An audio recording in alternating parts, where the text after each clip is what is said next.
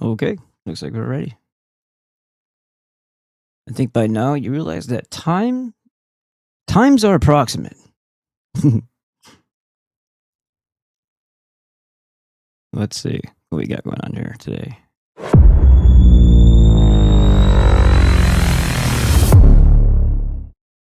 Does that rattle your ears?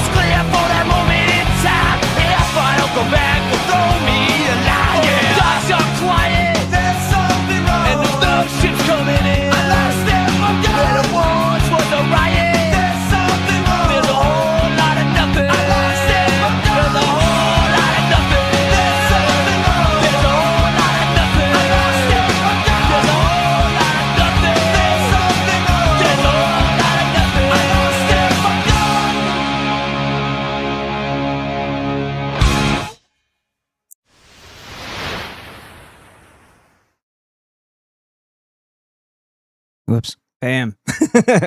Uh-oh. What did I just see? Is it doing the thing again? No. Okay. Looked like we got a little out of focus there for a second, or maybe my eyes just got blurry. 46 and everything.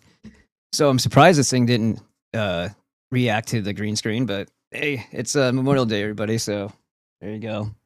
I think I bought this at Costco like a million years ago. See, that's the thing. Clothes can be mass produced, but when you can maintain without them falling apart or you growing out of them, they become unique again because they're the last fucking ones left. Oh, man. So, what are we going to do today? Think white and get serious. Yes, sir. Sounds good. All right. So, we have a couple, 2, 3 things here. I just want to remind people, too, though. I'm here to help. If my help's not appreciated, lots of luck, gentlemen. There we go. So yesterday we went over some more of the frauds upon mankind, and specifically in this country, but just, in general too. It's something that has rooted itself pretty deeply here, but it's not for the lack of understanding that it did other things, other places first in order to build itself to the point where it could have taken down a country, an unsuspecting country as ourselves, so long ago. And I was thinking as I was walking around today, what for Memorial Day, what should I talk about? And it dawned on me, my grandfather, he was a very great guy. He comes from a big Italian family, had lots of brothers, and his father, when they were building smokestacks for like this, I think it was a paper mill or something like that in Mechanicville, a long time ago, he was a worker there. You know, everybody was doing just fine, and then some bag of the douche, I think, bumped into a cinder block of some sorts, or some sort of block that they were using to build the chimney stack, and it came and hit him right there and crippled him. Luckily, it didn't kill him. And this world not being what it was, or how they manage things these days. Not to say that there's positivity always in, but the people that would benefit from something, those types of programs weren't exactly there, or they weren't, they weren't, what do you say, sought out either. So they lived very poor. And my grandfather, at a young age, he stepped up, and he was always working for 3 or 4 or 5 jobs at a time. Being a taxi driver, doing all kinds of things to help support the entirety of his family. And that effort and that care and that love and that responsibility carried over when he had his own family. And then he got into the railroad, and things got better, and he had a pension and all that stuff after the fact. And also, unfortunately, one time, as he was the engineer, right, the guy who's up front, and the seat just broke right the fuck off, and he landed on his spine, on his lower back, and he had to have surgeries. Discs were all jacked up, so he had, I think, a settlement from that as well. And nothing is worth your health. Nothing is worth your ability to do things. He himself, he was able to walk and do all things after some time, but it was still not the best thing that could have happened to a person. But my point being here is that I grew up. My grandmother and grandfather would watch me when my grandfather was home, because he was still working at the time when I was little. And I would remember him coming back from the railroad and stuff like that. And sometimes he'd bring me back these flattened pennies that he would lay on the tracks. So when the train went by, it would make the pennies all flat, and he would hand it to me. It was pretty cool. And I remember my grandmother. She had a wrought iron type of like bowl, like a pot, right? And it was like the black on the outside, and that was what she would make stovetop popcorn for him all the time, and then put it in a big like brown paper bag like you used to get at the grocery store, and like roll down the corners, and then that would be Paz. Paz would get the big garbage bag, or I'm sorry, the grocery bag, brown paper bag of the popcorn that she made. It was just, these are the memories that I get from childhood, right? And he taught me how to fish, my dad too. And between my dad and him, he would show me how to rig like the plastic worms, how to hook a real worm and all that stuff, and how to set up the, when you plastic worm, like you put like the leader, like the weight with this like conical shape, so that it kind of pulls through the weeds rather than getting jammed up in it. So, and then you'd have like the lead line, and then you'd have like maybe like a little clip off swivel, so you could just hook it up and take it off, and it would just be its full unit. So taught me how to do that stuff. And like I said, between him and my dad, we selected like the best lures, and I had built this really awesome tackle box. And my neighbor next door, right across the street from my grandmother's, but later my mom built her house right next to my grandmother's on land that my grandfather owned. He owned like the whole half of the street going all the way up to the canal. And so being that I was working at the farm across the street when I was like 13 or whatever, stacking hay, super sweaty. I'm like a 13-year-old. These things are fucking heavy for me, right? Especially if they're wet. Holy crap. So I spent quite a few summers stacking hay in the barn. And Dave, his father's named Dave as well, gave me permission to go onto the land that was up the road, because beyond where he was growing corn for his dairy farm for the cows was a secluded pond. And his property was right on a pond that it had turned green from like the cows pooping on top of the hill, and it was gross, right? So bullhead loved that kind of shit, though. Bullhead and carp, they have no problem with it, but regular like bass and stuff like that aren't going to live in that type of crap. So this pond was fresher water, cleaner, and I got like exclusive access to it, so it was awesome. The problem was you had to sometimes walk through grass that was this tall in this like outer rim after where the stuff had been cut down for the corn to be grown. You'd have to go beyond that, and then as soon as you got past like the thicket of all the, you know, the brush, and the tall grass that would like scrape your skin if you were wearing shorts, you know, it's like yank on you like it had like little cat tongue claws on it. That's actually a thing. You would get past that, and then it would be marshy. It would be swampy. Bogs would be growing out of it, like the big, bulbous bogs. So when you got close enough, you'd be sloshing, trying to jump from one bog to the other, so you don't have to jump into, But if you might lose your shoe trying to pull your foot back up because it just sunk in so deeply. The mud just went and swallowed you up like a quicksand. So you had to have certain type of footwear in order to get access, really, to get to this place, right? You were really adventurous if you tried to get to the other side of the pond, to where there was a little bit drier land, but to get there you had to cross a bunch of, you had to play like Hubert, right? Jumping from one block to the other on a bog. And so eventually when you get close enough, you'd not have a lot of room to stand. You'd be standing and kind of balancing on one bog and have your tackle box as close as you could to you on another bog, just sitting there, and then you would fish. But the bass in there were like very, very happy to oblige, right? They were hitting every top water lure. They were hitting like anything you threw at them. They were nailing it, right? And it was awesome. And I was just catch and release. I was just having a great time fishing and being successful. A lot of times you fish and it's like, if you have a young kid who hasn't experienced the thrill of catching a fish yet, and it takes them a while to do it, they might lose interest. But when you're a little special like me, I can handle all the downtime. But I don't need all the excitement. But yeah, it was a lot of activity, and the catching fish there was like super easy and it was awesome. But it was hard to get there. And my grandfather had bought this whole setup for him to, I think, start fly fishing. I don't know how often he actually used it, but he had a fly pole in his garage.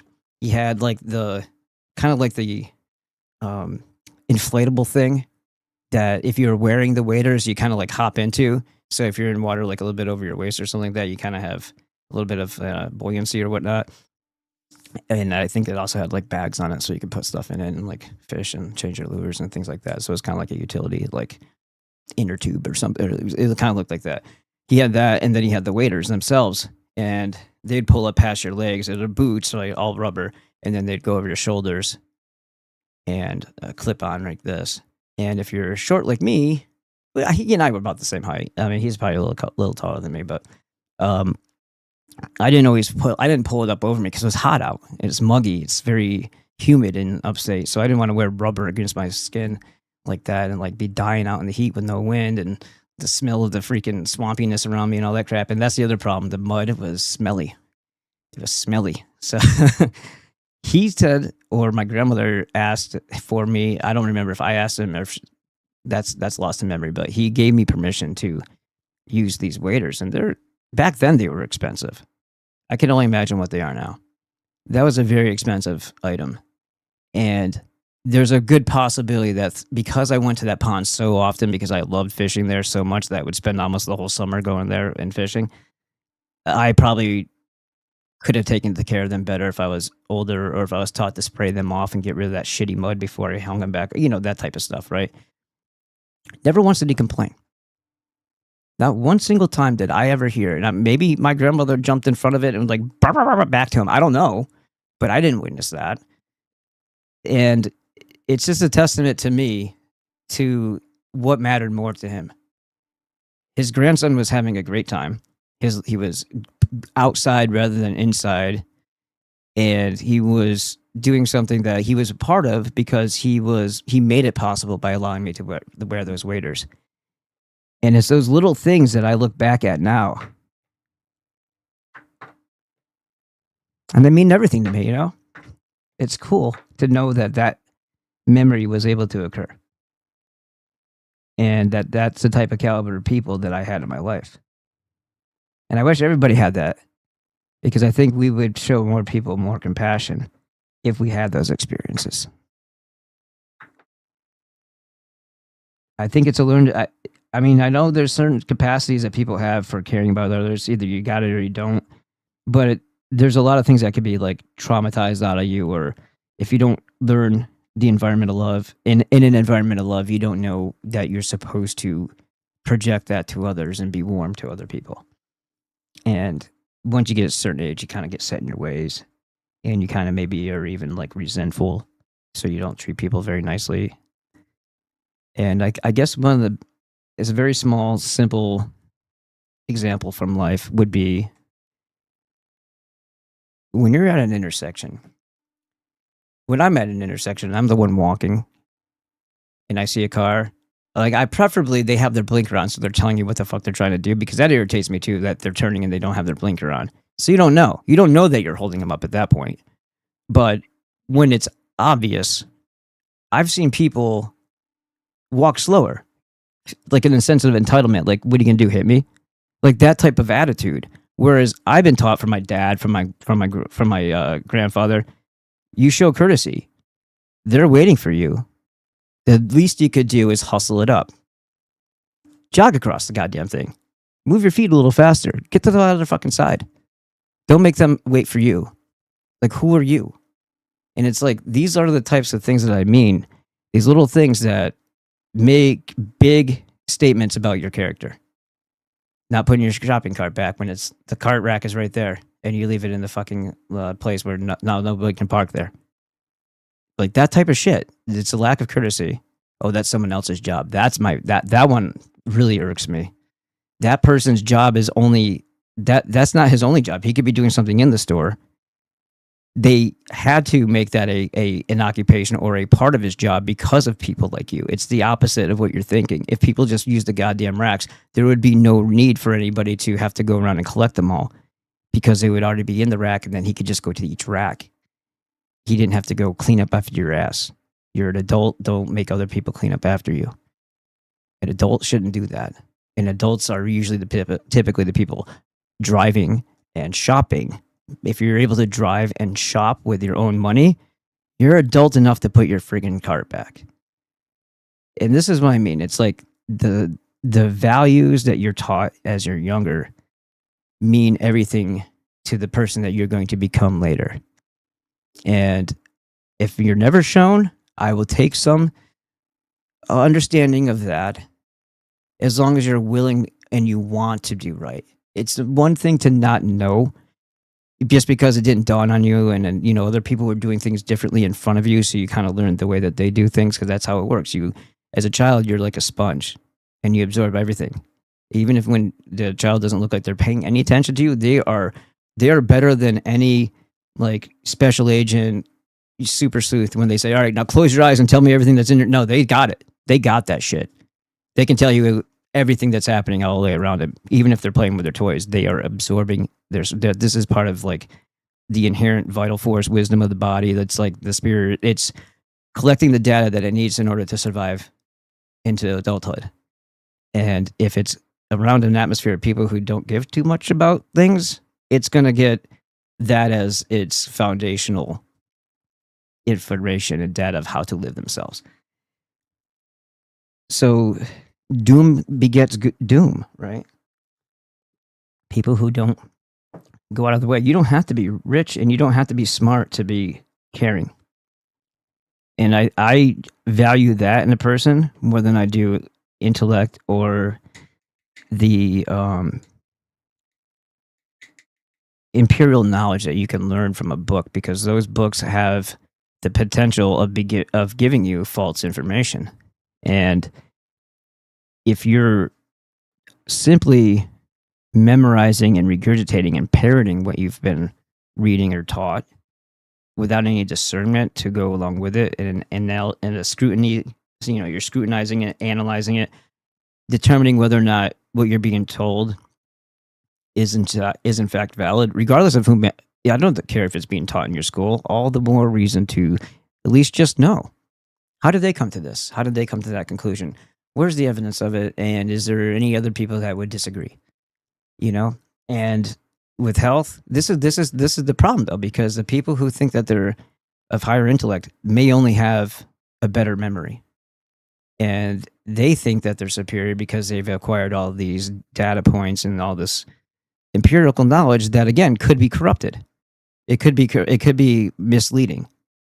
But if they apply it like a snob in every situation that they think it applies to, and they're wrong, they're never going to see it, and they're only going to reinforce the things that they want to see.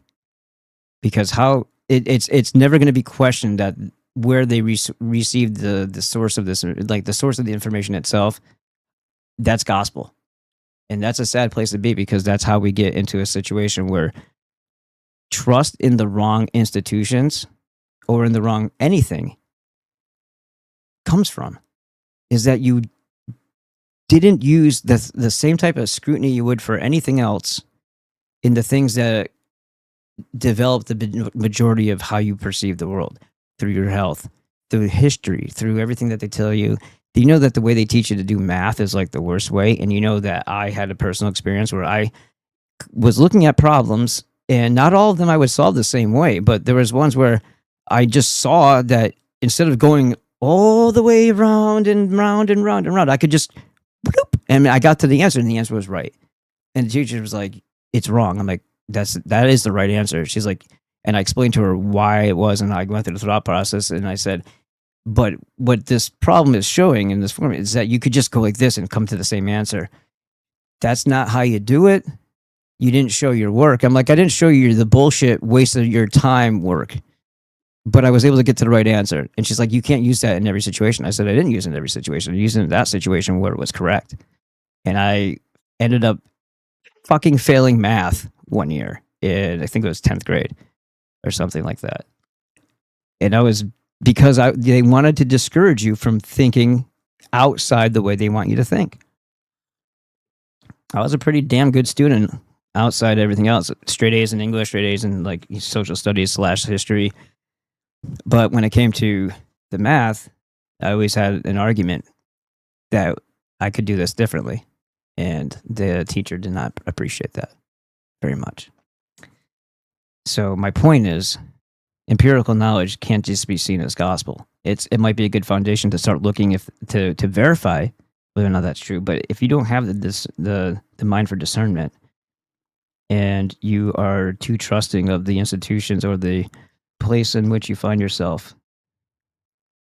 as in this corporatocracy, but thinking that it's a place where you have rights and that you're not treated like a piece of paper or a commodity. If you're not becoming abreast of the reality of the situation, there's going to be a lot of error in the way you perceive things and how you dictate it to others and how you teach your children. So let's see what we can do about being more understanding with one another, caring more about each other. Because if that person didn't have that type of experience like I had in my life, I did. And it's my responsibility to share that type of warmth with everybody that, until they show me otherwise, that they don't deserve it, just to do it, to brighten other people's day with a positive attitude and kindness and courtesy. And if we all did that, or if we just did it within our own families, then every person, head of the household or whatnot, would be teaching everybody the right way, and then they would grow up in a environment of warmth, and that would be how they would treat everybody else in the world, and that would be the way we'd fix things. Mankind, humanity is the only way out of what we're doing, what's happening to us right now. We need to get back to that, because this artificial, superficial, they run those realms. The parasitic, vampiric cult of child killing, they run that.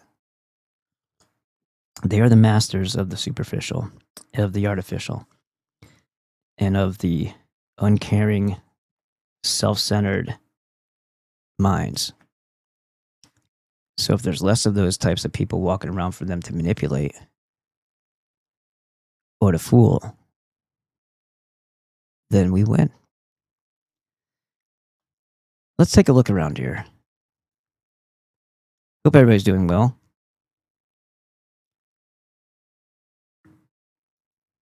Let's have a look. Looks like we got some peeps over here. Let's go bring up the FTJ.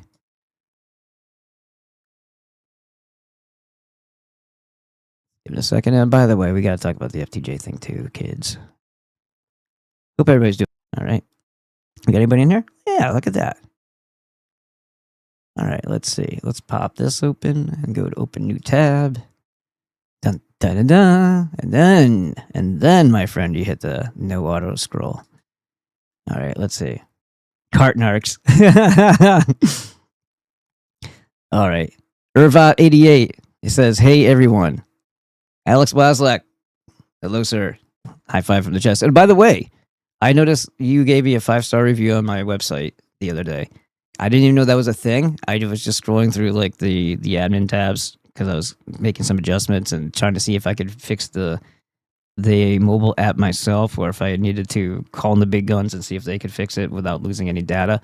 And I noticed that I didn't even know that there was a thing where you could rate the thing. And then I just realized that for like the last 10 years of my website, I had all these 5-star reviews from people and all these super kind words. And I'm like, why doesn't this just automatically appear on the website? Like, wouldn't that be like a beneficial thing to do?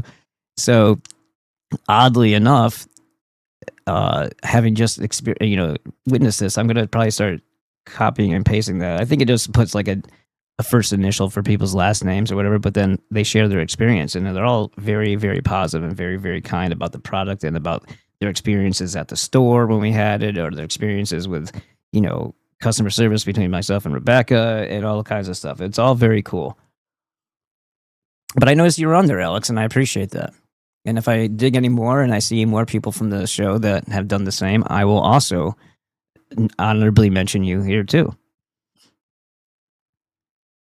Irvat said, I just finished up your series on Europa, The Last Battle. It's always a great day when you go fishing. Yes, sir. So, Irvat, where did you find all the other pieces? Because I had to actually start spelling it backward so that Rumble wouldn't delete it again. And I think I only had a couple pieces up there still.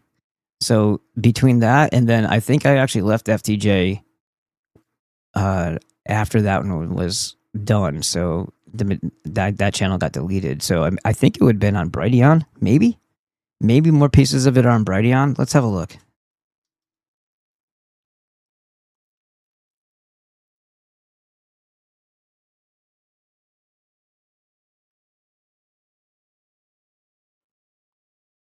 Let's see. Search this channel for. All right, so here we have, I think, oh, Henry, that's day 3, day 2, day 1. Okay, so, and I'm sure if I went through it again this time, I'd probably be, stop it. I'd probably be able to do better commentary. You mature every day. Every day you wake up, you should be better than the day you were before. So it's not a bad thing to notice that. Europa begins with intro reading from Henry Ford, and then Cahal, get it? Cahal me sometime, Henry. That's Europa day 2, Europa day 3 here. Then I had to do the O. Henry, like the O. Henry bar. And I think back then I had to ask AI to show me Israeli chicks or something like that. I put them on there. And so then Europa day 4 somehow is all the way up here. And oh yeah, because Rumble, it says re-uploaded, and Rumble deleted the whole series except for the ones I had written everything backward. And so it was Aporu or something. Aporu. Aporu. That's what it was. So yeah, then there's day 5. I'm not seeing. No, day 5 right there. Day 6, 7, 8, 9. But then there was the rest would be on Rumble because I think I had a total of like 11 or 12 parts.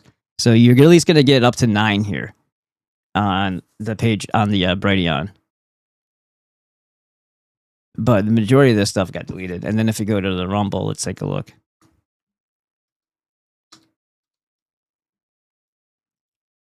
Let's go to. I'll just take.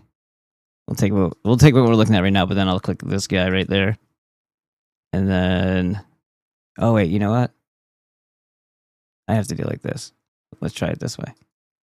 Search in here and say, man. I don't think it's going to be under Europa because I think that's the reason why. So there's the raping of Europa when this is regarding E.C. Thomas Goodrich right there, right? Some of these are just like the 1 minute intros or whatever, but yeah, the actual video you'll see. These ones go private. That's why I'm only the one seeing those.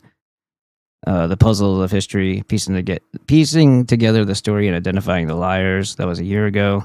But yeah, the raping of Europe is here. So I gotta spell it backward now. APORUE.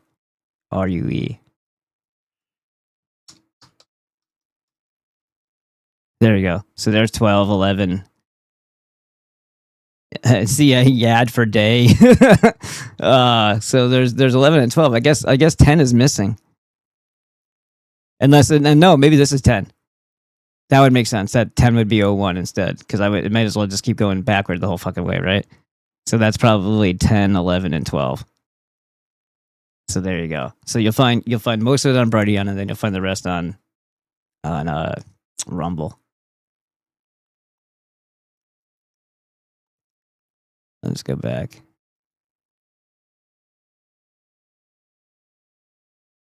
Good evening, it's Thomas E. Dwyer. Good evening, sir. Cartnarks. Well, which one are you saying? Like, I'm the bad guy? It was funny when people had so much a backlash about that. It's like, oh yeah, well, I'm like, you know how irritating it is when you go to pull up and there's, there aren't any parking spots except for this one open. You go to start turning into it and you see there's a shopping cart there. And then you ask yourself, am I going to try to wedge it? Or am I just going to drive the F on and try to find a different spot? Or do I not care if I squash the fucker, And so if you have it in your power to either do that to somebody else or to not, why wouldn't you not? Right? Because you're not hurting the person who did it to that spot. So it's not like a revenge tactic to do the same thing yourself. It's just saying that I'm conforming to the lowest level of existence that I can. I'm conforming to the world instead of the world conforming to me. Right? I'm not leading by example, I'm following. So I don't buy the virtue in just doing the same thing. You found it on Brighteon. Cool. Malg J FTJ could almost make America less gay. Yes. Join FTJ could almost make that a license plate. Nice. Yes, sir. I was saying that would be a great bumper sticker, just in the dimensions that it's shaped in right now. Make America less gay. Join FTJ. We got about 6 days left. Who's got the bumper sticker machine? No, it's a YouTube channel. Sebastian compels people to return their carts and people chimp out. Oh, okay. That's funny. I didn't know that was a thing. That's hilarious. That's sad that they do that though, right? Because everybody's so defensive about doing wrong acts and they hate. It's like nobody feels embarrassment or shame anymore. They just feel anger. And that's another learned trait. Irvat said, you did a great job on that series, Dan. I like what you said about the true NS compared to the fake LARPing ones. Thank you, sir. Yeah, a lot of people, I've said that, I'm surprised even as far back as then, but it's interesting that other people don't see what we saw on a certain site as being counterproductive. You know what I mean? I can understand maybe the need for that, but then if you're bringing yourself to that level, will you ever get back above that level, or will you continue to absorb in like the way it feels to be as brass and crass and as unfriendly as you feel the world is to you, or that the type of people that are being it's very unfair how the money advantages the lowest level of life have over us. But that's not even so much their doing, although they will take full advantage of it. But in a system where you were favored and you didn't have to do shit in order to earn it, there's a possibility a lot of our people would be the same way, because they don't have to try to earn to have the advantages. And then what's even more sickening in our case is that we're then told that we have a privilege, a white privilege, which is ridiculous. A privilege to pay for everybody else who's extorting and exploiting the situation that the Jews want us dead, so therefore they utilize everybody else as a weapon against us.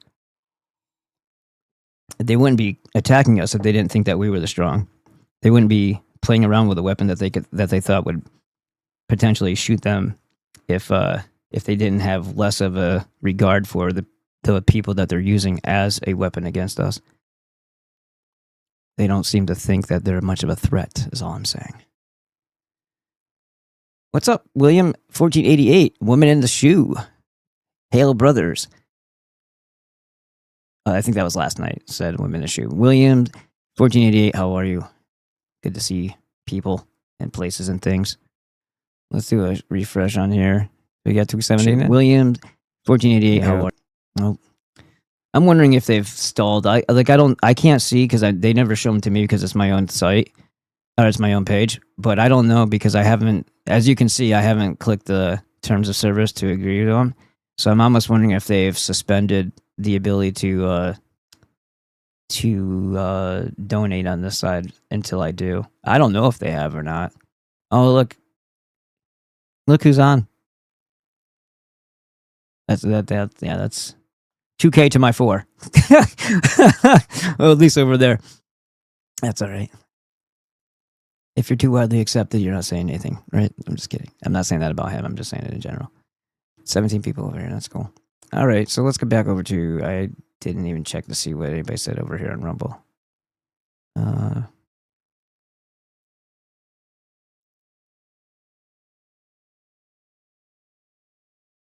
Is it working? Yeah.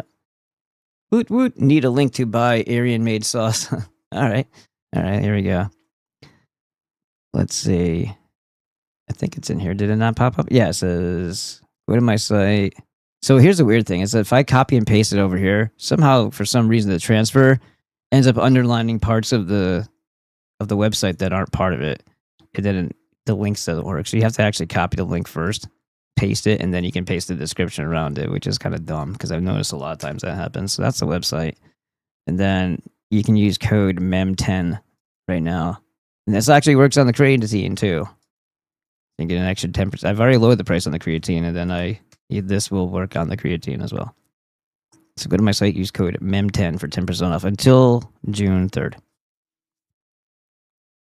And I think if we're really close to our goal, we're going to have to petition. No, because it's a billing cycle thing. That wouldn't matter. The whole point would be missing then. I was going to say to get a couple extra days out of Dave, but that's dependent more on the whole cycle of billing thing.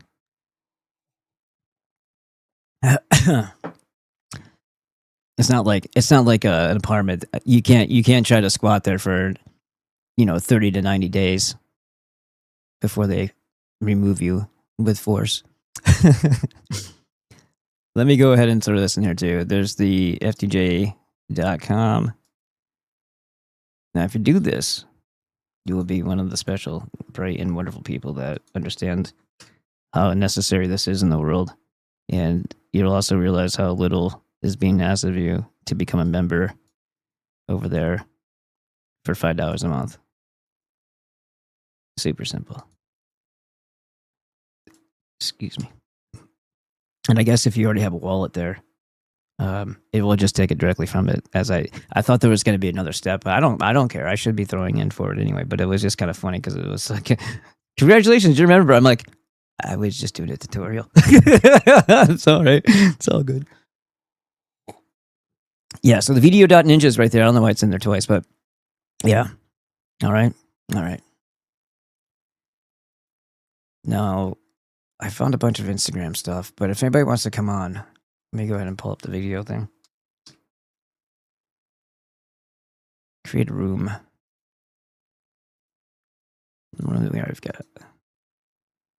Director will be performing as well. There.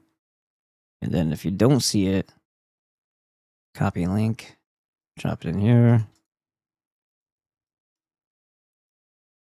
Drop it over here. And they shorten things here, so you have to click it, and then it's asking if you want to navigate away. So I did some more looking into this, and apparently, even though it's exactly, I mean, it is like, I forgot what they're called, the UX, IX, whatever the hell the stupid abbreviations are, but the way everything's set up for Kick is identical to Crusaders and Twitch, and they're all saying that they're proprietary and that they're not owned by the same people, or they're not. So I'm like, well, how the hell is that possible? Because this would be like, couldn't you sue people for having like just copy this? They just look like different skins on the same software. And at least Gemini is trying to tell me that it's done deliberately. Yes, it is identical. Yes, the parts are plug and play. Yes, but yet somehow it's not the same people. And like, I don't know how much of that I buy.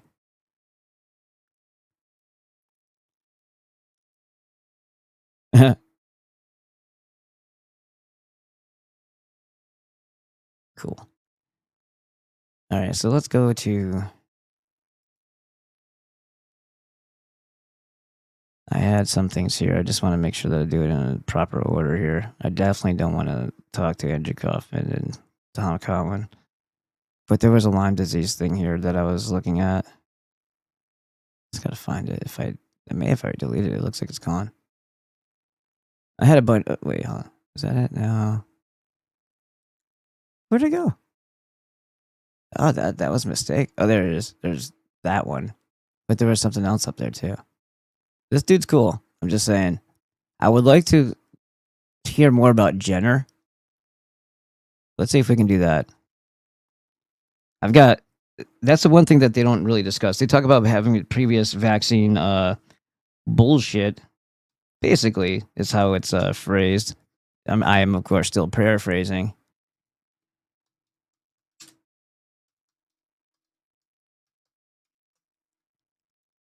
The first jab, smallpox, Edward Jenner.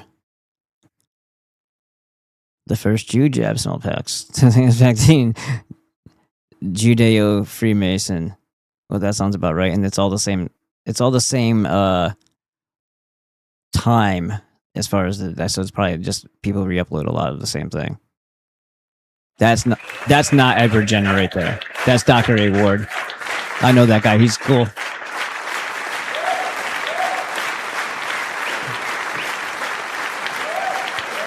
So then you have this retard, the man who cured smallpox. No, he didn't. He was saying that people who were milkmaids. This is the brilliant conclusion the guy came up with, so that they could do their sorcery, because they wanted to do sorcery and put like chimeric elements into your body by force of injection. So what did they come up with? Oh, milkmaids who probably are drinking raw milk are not getting these eruptions on their body, meaning smallpox, because they're pretending it's a virus. So therefore, it must be something about what they're doing with the cows. Hey, I know. Let's use cow serum and cow this and that.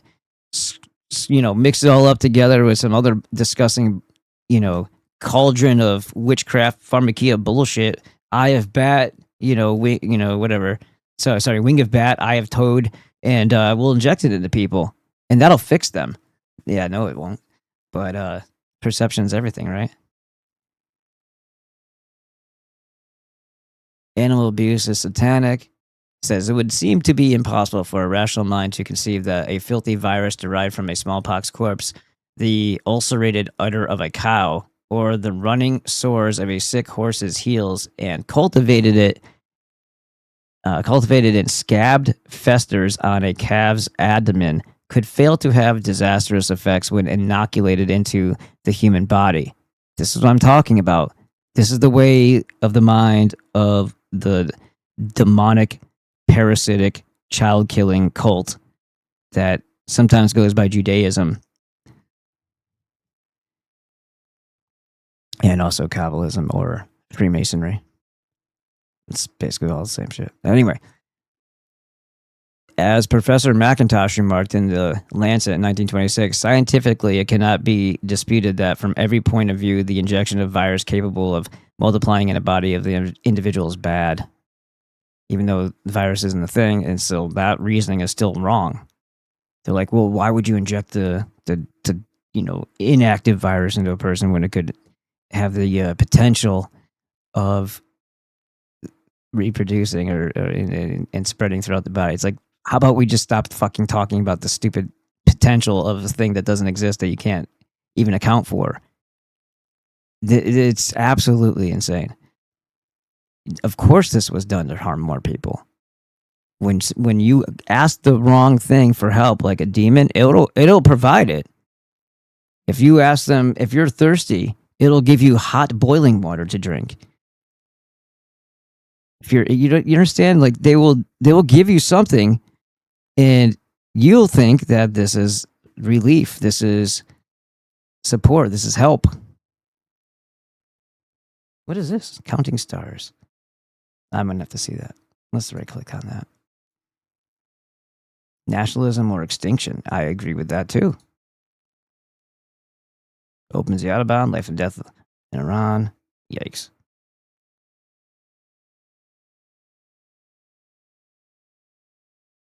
Jesus. The SS Police. Waffen. The long version is still only 4 minutes and 25 seconds. Panther tanks of Waffen SS. Oh, there's all kinds of cool stuff. I'm not sure why they even popped this stuff up in my feed. That's cool. The Phantom Panzer divisions. That person's way off. He's neither a pedophile nor Jewish. The pedophiles were the Jews, claiming that he was. Hopefully they clear that shit up. Fucking scumbags. All right, let's have a look. Anyone else got anything to say first? Oh, yeah. Nice.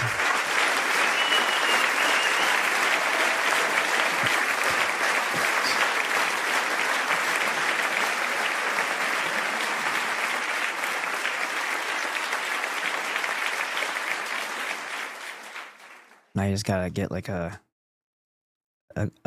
glass cut table. You could do a round even, or you could do the square or whatever. Lay it on top and make it into like a table. That'd be cool. So through the glass facing upward, you'd see it.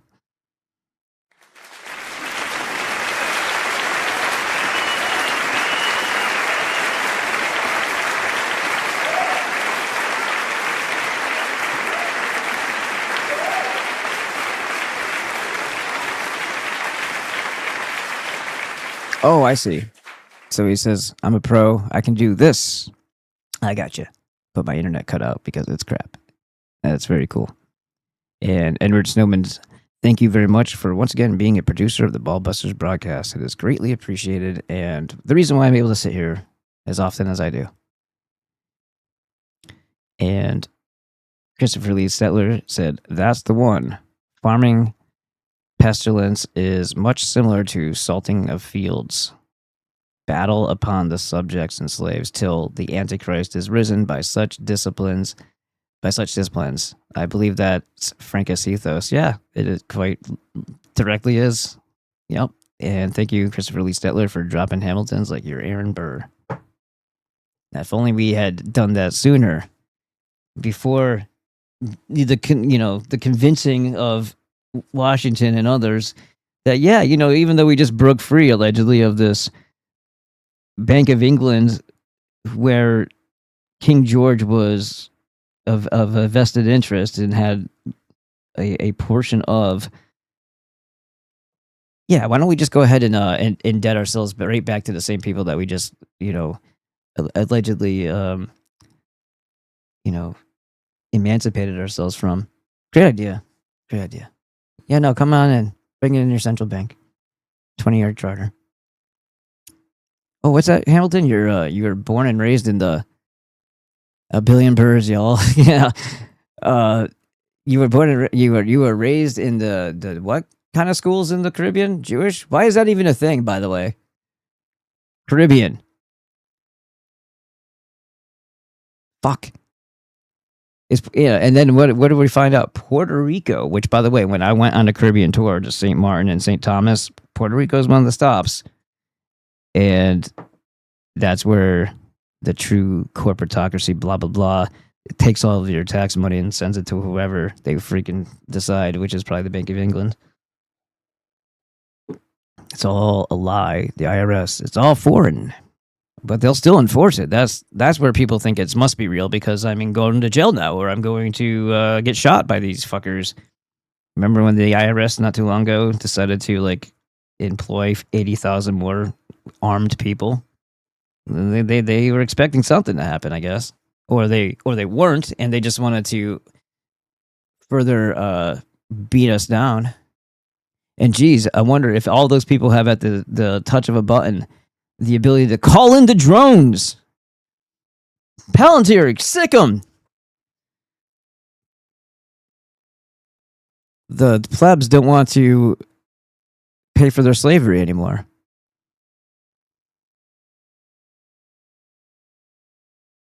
Let's have a look. Oh, let's go back to Reddit real quick. Oh, yeah, here we go. Real Manic. What's up, buddy? All right. Just double check, make sure there's no one there, and let's see what we've got. We'll see if we can get anything out of this. Oh, that's the same guy, BFK 888. So I don't know. He better not fuck it up. Oh, that's just who it is? Right, today I'm going to do my smallpox video. I should have probably done this first because it's actually the most important. Get on with it! It was the first one, and that the whole vaccination schedule actually came vaccines and blah blah blah blah blah. And no, the person I'm going to be talking about a bit is Edward Jenner, Dr. Edward. Well, I say doctor, he wasn't a doctor, but Edward Jenner. And, you know, if you type in Google at Edward Jenner, he'll come up as the pioneer of vaccination and the god of vaccination, and he was an amazing man and this and that. Couldn't be further from the truth. It really, really couldn't. You're going to be quite shocked at this, considering this was the beginning of it and it all stemmed from it. It is going to shock you. So I got my notes in front of me because I know what I'm like. So, hurry up. Yeah, so basically he's classed as a medical pioneer, Edward Jenner. And basically, he was a sorcerer without any type of training. Just said, hey, these milkmaids over here, they're not getting sick like we want them to from all the poisoning we're doing. So naturally, this would turn into, we must destroy raw milk, and we must also inject people with deadly concoctions if they're not going to get sick from the other poisons that we're, dumping in their well or whatnot, says the Kabbalists. Didn't have any credentials or qualifications, mind. He wasn't a doctor. He declared himself a surgeon. Didn't take a medical exam in his life. Didn't take him. And basically, that his idea was not his idea anyway. It was based on a superstition from dairy maids that if you had cowpox, then you couldn't have smallpox. It was just they're all the same thing. They're just different types of eruptions, right? Your body is going through a mechanism of expulsion of toxins, and usually when it's coming into eruptions, that's something that usually happens when you're very young and very susceptible to things. And it's a severe reaction. Usually, otherwise, you would secrete it in different ways. So it has to be quite a shock to the system or an overwhelming thing for your body to just be like, no! And send it all outward through your pores and through your skin. So it's like a, eject all things button. So yeah, and they're gonna look at different pox and be like, oh, this is from this virus, that's from that virus. They're just gonna make up bullshit as they go. Yeah, cowpox, smallpox, poxypox. So stupid. Just a superstition, and it was years before he was even born anyway. So yeah, he set up his surgeon practice basically on his own, but he'd never taken an exam in his life. So Not that that means anything. What do they know about shit if they're following allopathy? 20 years later, he decided that, you know, he should basically get some letters behind his name. So do you know what he did? This is, you can't imagine that this could be true, and it does sound unbelievable. But he bought his degree for £15. I mean, it would have been a lot of money back in those days. We're in the 1790s or whatever. But yeah, he bought it from St Andrews University in the UK. Right? So anyway, hang on a minute. So basically, it was fraud. You know, he didn't have any. He was pulling the fraud just like the Pajeets do when they send them over here. They already have. They have.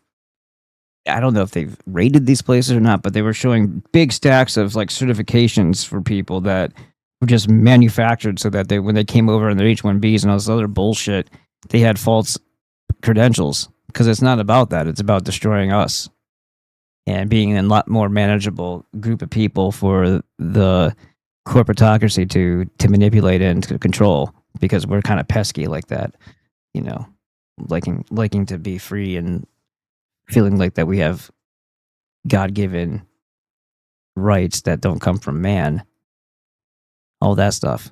It was 1790. And that, by the way, we are the ones that are in charge, not them. Yeah, they don't like that too much. That we want to be in control of our own destinies and fuck off. Hey.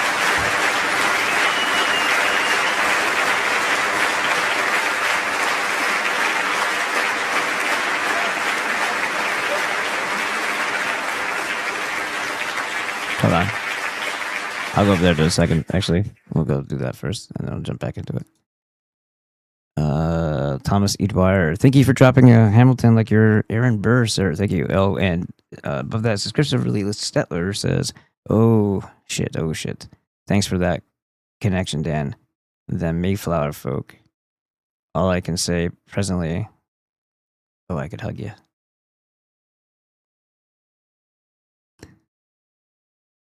Yeah. You know, it's kind of messed up too. Well, we'll get into that in a second. But these are the people, and this is the way, and this is just one example of how ridiculous the facade of a false authority or a false expert can lead you into some bullshit. I hope she's not talking the whole way. I hope she shows some things. I hope it's not just her doing a dissertation. I'm waiting for that to turn over so that we can maybe see other things instead of just a lecture from somebody who's looking off into this way and that way. Just if you're gonna do a monologue, talk. If you're gonna show other things, that's cool too, because visuals help with the presentation of new material for people. He decided to test this vaccine. I say vaccine, right? It wasn't a vaccine. It was a concoction, not that vaccine. Like, you're acting like I hate when people do this. It's not a vaccine. It's gene therapy. It's not a vaccine. It's like that. You're saying it as if somehow vaccine has a validity to it. Like, oh, I don't mean to give vaccine a bad name by associating with this thing. It's like, what the hell are you fucking trying to do right now? They are all bad. None of them are like, especially if you understand that the basis of all of them have to do with a fraud.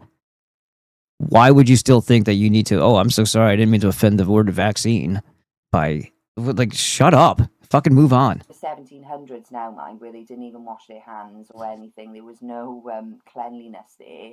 So what they had to do is scratch off the top layer of skin, and so the flesh is showing, and then rub powdered cowpox into the powdered cowpox. It's documented. This is what people were dropping down. You know, their limbs and everything were falling off. Obviously, infection set in. So the disgusting pustule bullshit that they have on the cows or cowpox, whatever, they were powdering that, emulsifying it, and then rubbing it into bare, like, raw skin. Oh boy. You know, this was a brutal. It wasn't a nice little neat needle that goes straight in. No. It was nothing like that. And a lot of people died just from the infection of having to, you know, open wounds, just wiping each other's arms. They even used to do the arm-to-arm method, where they rub open wounds. It was rubbing elbows. Horrendous. and it was even known back then. It wasn't like, you know, it was even kept as hidden as it is today. It was known. So in 1791, he inoculates, I'm going to say. Now we're talking about this. His 18-month-old son. Oh, what an asshole! And he had a reaction. It did go away. It was a temporary reaction. He had a reaction, and then he so it was smallpox. I think he. That's dedication. I'm sure he was probably just trying to do a ritual sacrifice for his cult. You know, that it seems like the way the Masons operate, at least after post 1790, and this is what we're talking about after the 1790s, when they were co-opted like everything else. And this is the thing that I have an argument with people about when I hear their take on all the founding fathers were Freemasons. This whole thing about the revolution was a total fraud and lie. It was all manufactured. Okay, well, hold up a second, because from 1717 to about 1789-ish,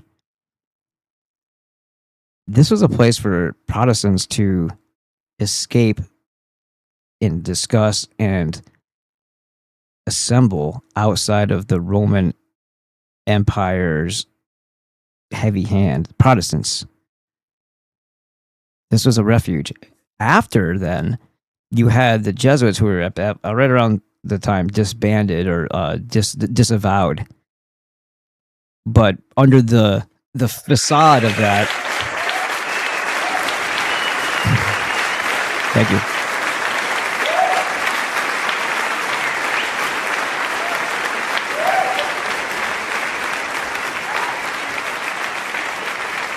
Hold on one second. Under the facade of them being disavowed, so now they're either okay, even though they were hunting down Protestants and murdering them before during the, you know, for the Counter-Reformation since the 1500s, or now all of a sudden they're cleansed and they're going into the Masonic lodges, right with the freaking Protestants, the people that they were killing and fighting with all that fucking time. And then you have the Frankists doing the same, and when they are both under the same umbrella, they call those the perfectible Glidden or the Illuminati. So the Jesuits with Adam Weishaupt, after the discussion in Offenbach with Jacob Frank, the Roman Catholics. So here's the crossover. Remember, the Roman Catholics or the baptized Frankists, who were probably also oftentimes by then Jesuits too, because this happened in the 1750s.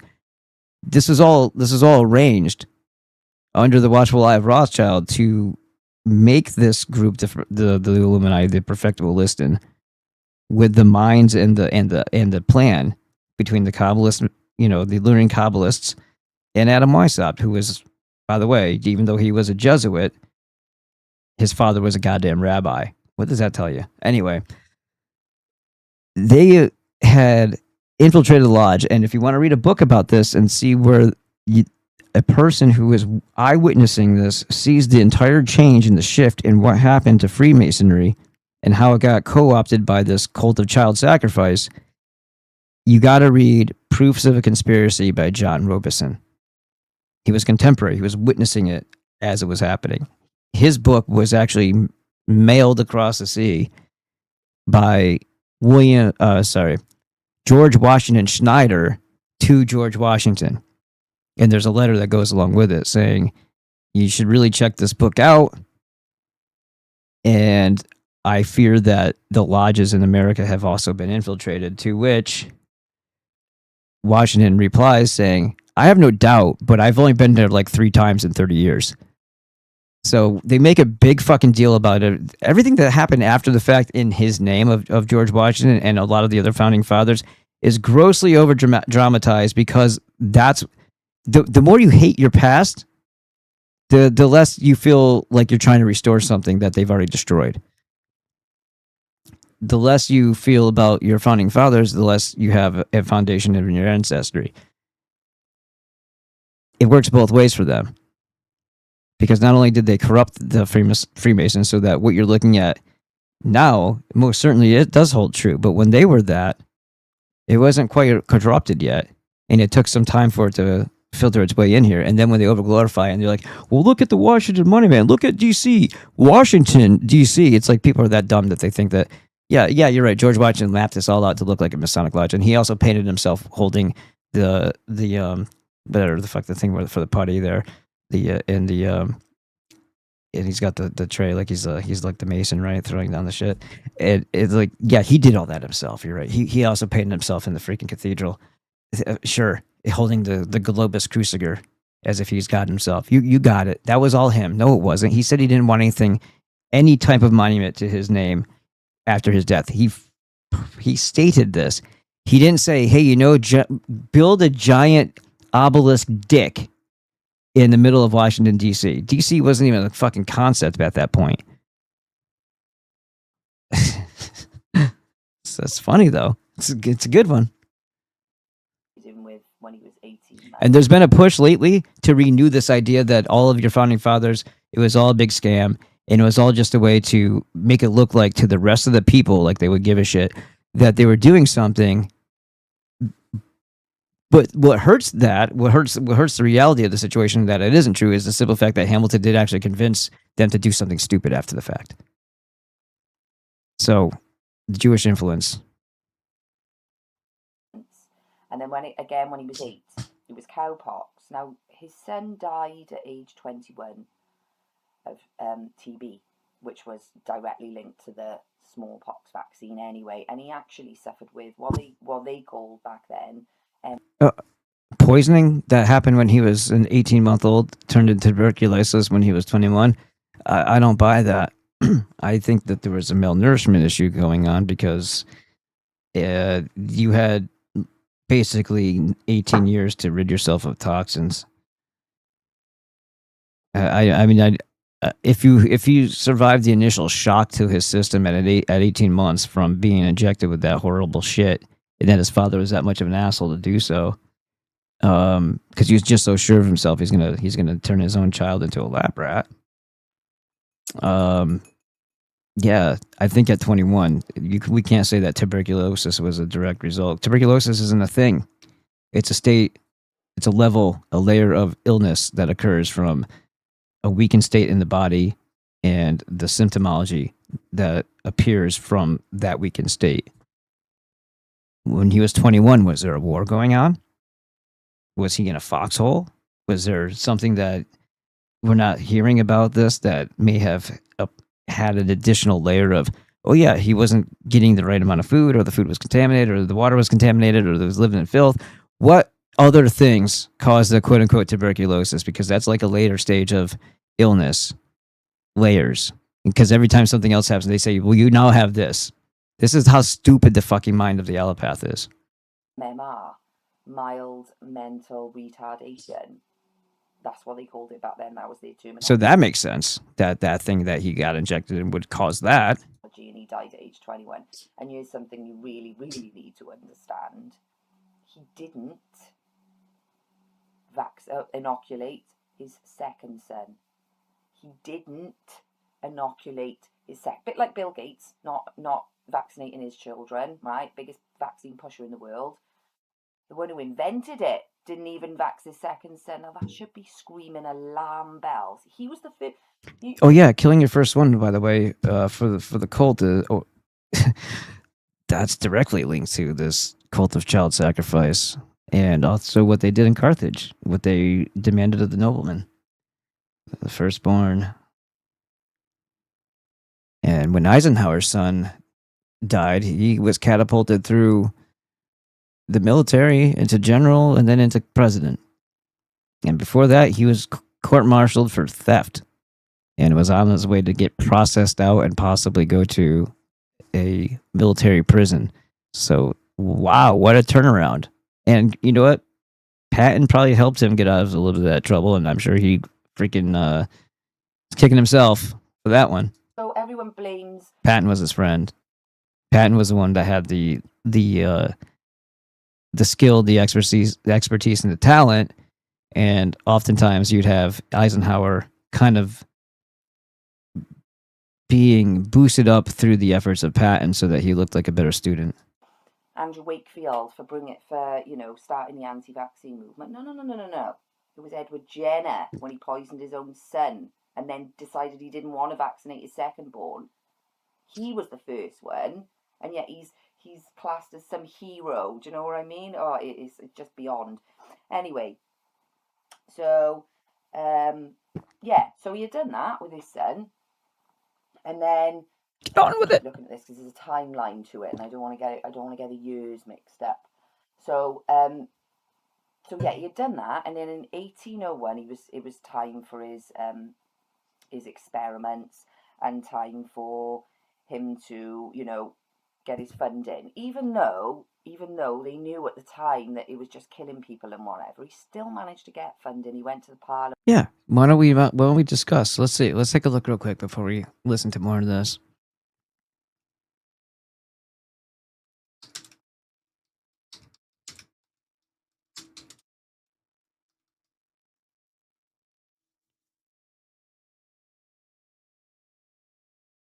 Oh. Doctor. Gee, what, yeah, because he bought it, as we heard. Edward Jenner, let's just call him, the English physician and father of immunology, father of hocus pocus parlor tricks and bullshit that kills people, pioneered the smallpox vaccine. More bullshit. Was an active and devoted Freemason post 1790s. He didn't leave when he saw the corruption, and he sure as hell may not have even been one when it started. No, so in 1749 was a Freemason. Okay, so he just hung out for it. Just said, "Fuck it, this is the way we're going. He's gonna hold on." All right, 49. He was actually kind of young when he was abducted, huh? He strongly embodied fraternity's values. Are these all supposed to make us feel good? Oh, because this is from the glazeamason.org here, commemorating famous Gloucester. Is that how you say it? Gloucestershire? Freemason, Dr. Edward the Jerkoff Jenner. Fraternity's values through his humanitarian and scientific contributions to mankind, which translates to because he killed a lot of fucking people and gave us a good poison to use that people would line up for because of the spell of we're here to help. Isn't that all that any type of medical establishment is? You just, these are the people that fix things when they're broken or when you're ill. You just go and they're going to do the best that they can for you. You never think anything else. Especially when there's money involved and no liability. I'm sure that's a perfectly fine thing. His deep connection to the fraternity is well documented. Lodge membership. He was raised as a master mason on December 30th, 1802, after 1790, in the Lodge of Faith and Friendship. Because I'm telling you, that's the pivotal point. Here's the seesaw, right? The pivot point. Okay. Based in Berkeley. Worcestershire sauce. Leadership. He served as a worshipful master of the lodge from 1811 to 1813. Family tradition. Freemasonry ran in the Jenner family, just like the poison ran in the tissue and veins of his victims. His nephew Henry Jenner was the lodge's first master, and his son Robert Fitzharding Jenner served as master multiple times between 1727 and 1848. But more details of, okay. I don't care.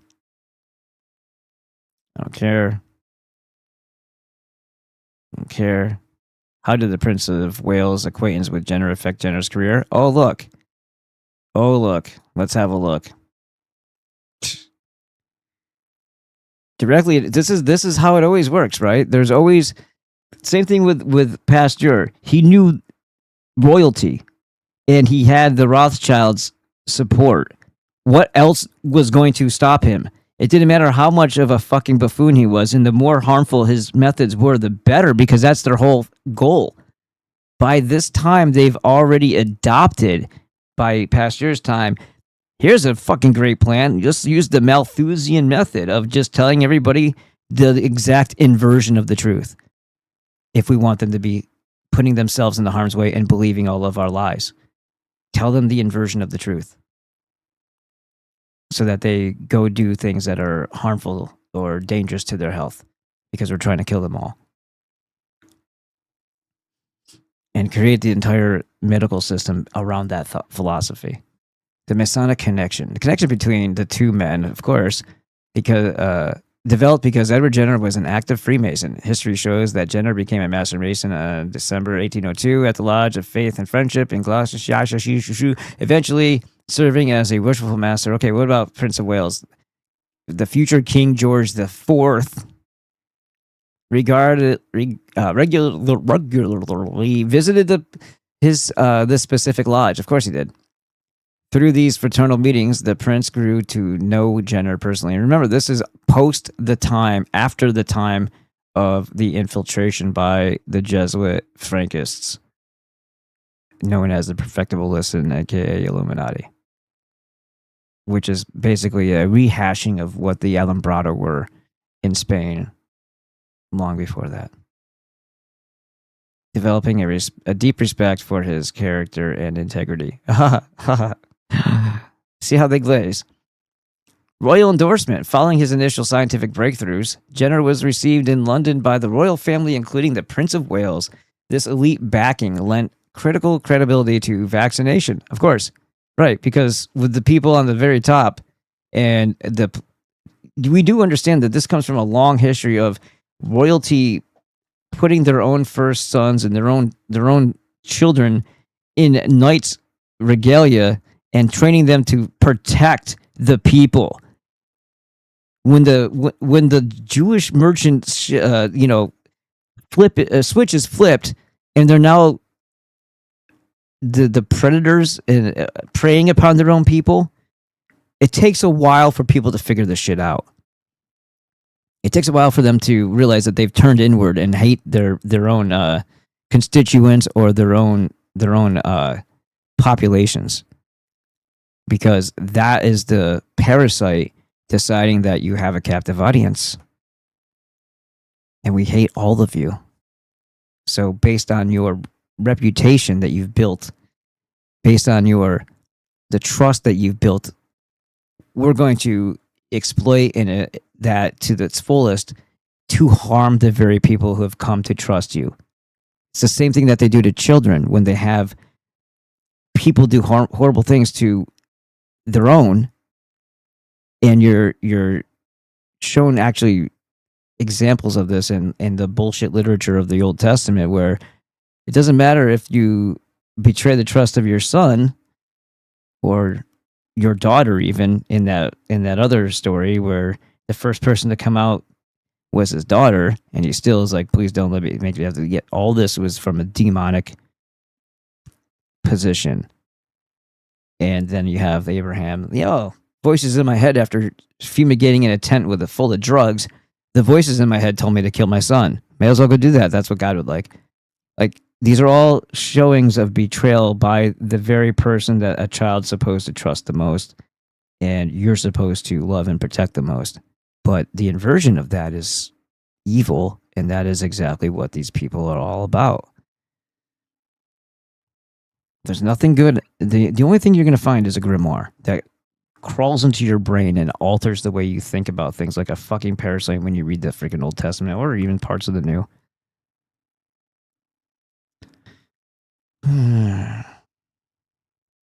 So, Jenner was received in London by the royal family, including the Prince of Wales. Well, that's the stamp of approval that they all believe in, right?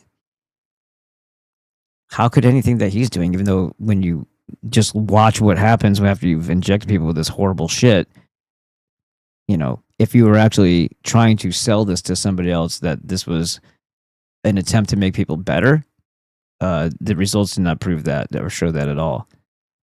But if you just want to glaze people and tell them that everything's great, this is the wonderful thing that's going to serve to make you healthy, and you're lying, it's pretty dark cult shit to do. This elite backing lent critical credibility to vaccination. Of course it did. At a time when Jenner's methods faced heavy skepticism from the traditional medical establishment. Yeah, injecting poison directly into the body. And the rest is fucking history. The ultimate culmination of their relationship occurred in 1821 after ascending to the throne. King George IV, remember the third was the jerk off that we were dealing with, I believe, over here, officially appointed. So that means direct ties to the bank, right? I would imagine that they would have the same vested interest in the Bank of England, and therefore, with the if not by then the Rothschilds, then at least the predecessors of Swasos. Officially appointed Jenner. No, I think it was actually it was them by then. Yeah, officially appointed Jenner as his physician extraordinaire. I think is what you're trying to say. National standing. This ultimate seal of royal approval cemented Jenner's status. Yeah, but more importantly, vaccination status as a premier medical authority in Great Britain, helping the concept of vaccination secure widespread public and governmental acceptance. This is the end. Yeah, you know how that song goes. The beginning of the end, anyway. To learn more about the historical background of Jenner's Lodge, you don't care. No, I'm good. I don't need to go play around with demons. You guys are good. Let's take a look. Let's check in with mofos over here up in this house. Christopher Lee Settler said, "Couple 2 tree. Thank you, sir." I don't know if I got this one, but I think I did. Thomas E. Dwyer, thank you. Oops, it did it again. See, you gotta turn off the auto scroll like often. It's weird.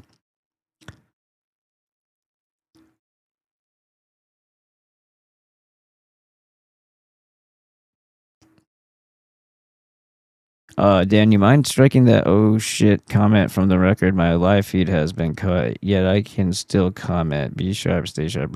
Go try the Rumble out, dude. I'm not sure what happened. What are you saying now? Strike. I don't know. I'm not even seeing it anymore. Oh, got you taken care of, says Alex.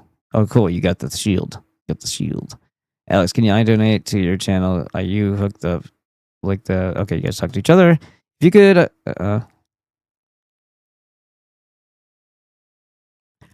Christopher Lee Settler says, how long was I out? Okay, you guys talk to each other. Okay, cool. Yeah, if you guys have issues with something, it's... we have to... If after we move forward, after the 31st, with... this thing that we're going to save, because why? Because we're going to make America less gay and join FTJ. That's why. Let's pause for a moment to reflect upon that, shall we? Let's do that. I didn't mean to say shall we. It just sounds kind of stupid when you say that.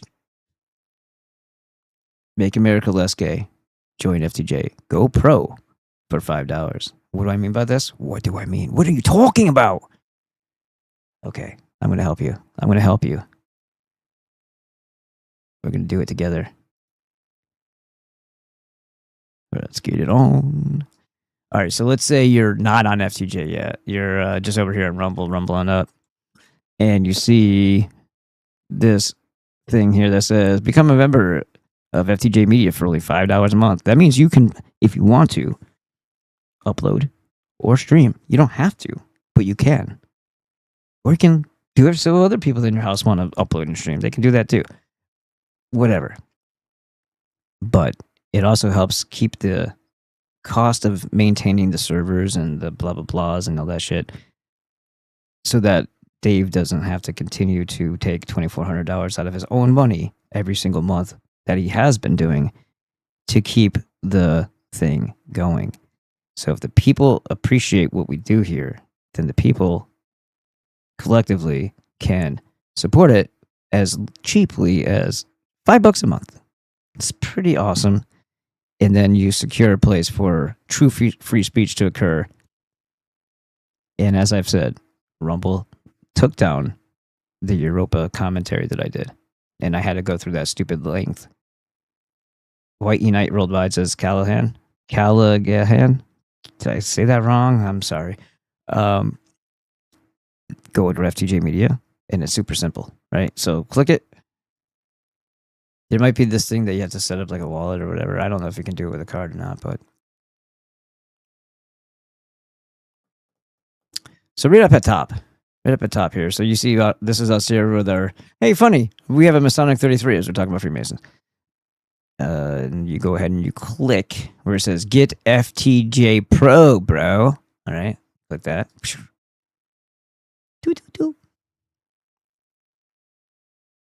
And then it says you're already subscribed to this plan. Allow unlimited uploading and streaming for 30 days. Automatically renews monthly. Okay, so this is what you would want to click, and you may or may not need a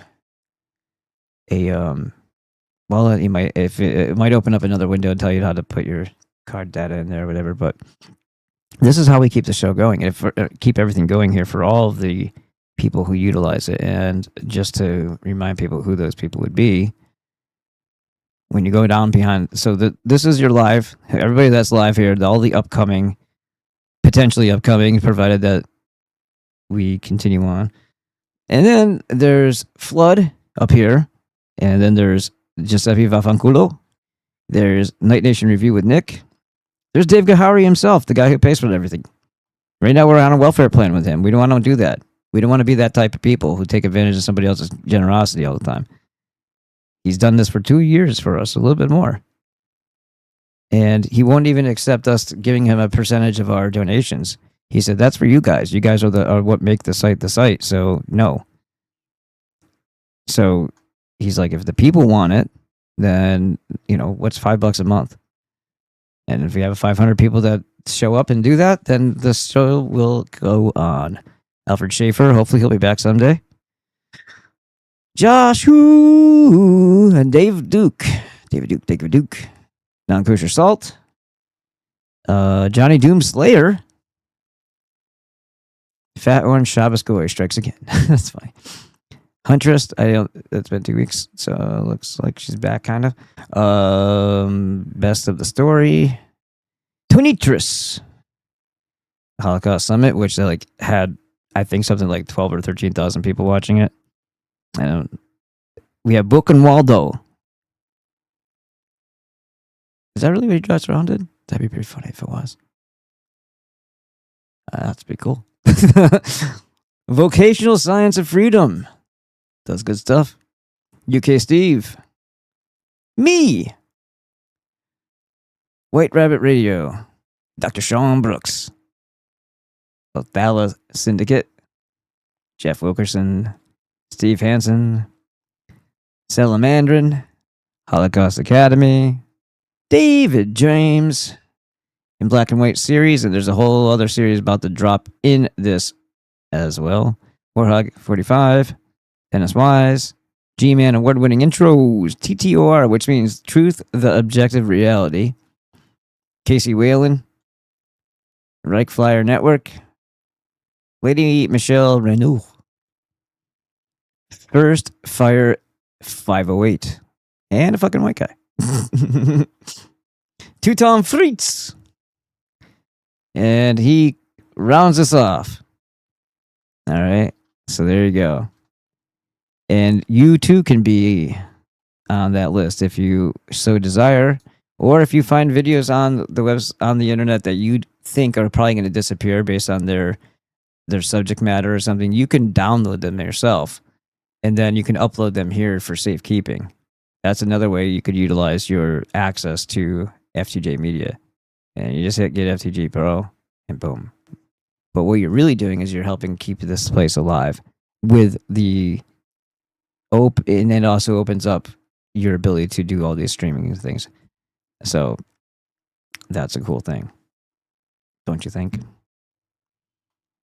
Yes, because with us gone, and I don't know, and it's questionable in my mind that other things may have their own hiccups or issues, or they might be affront or not as sincere. Oh, look at this.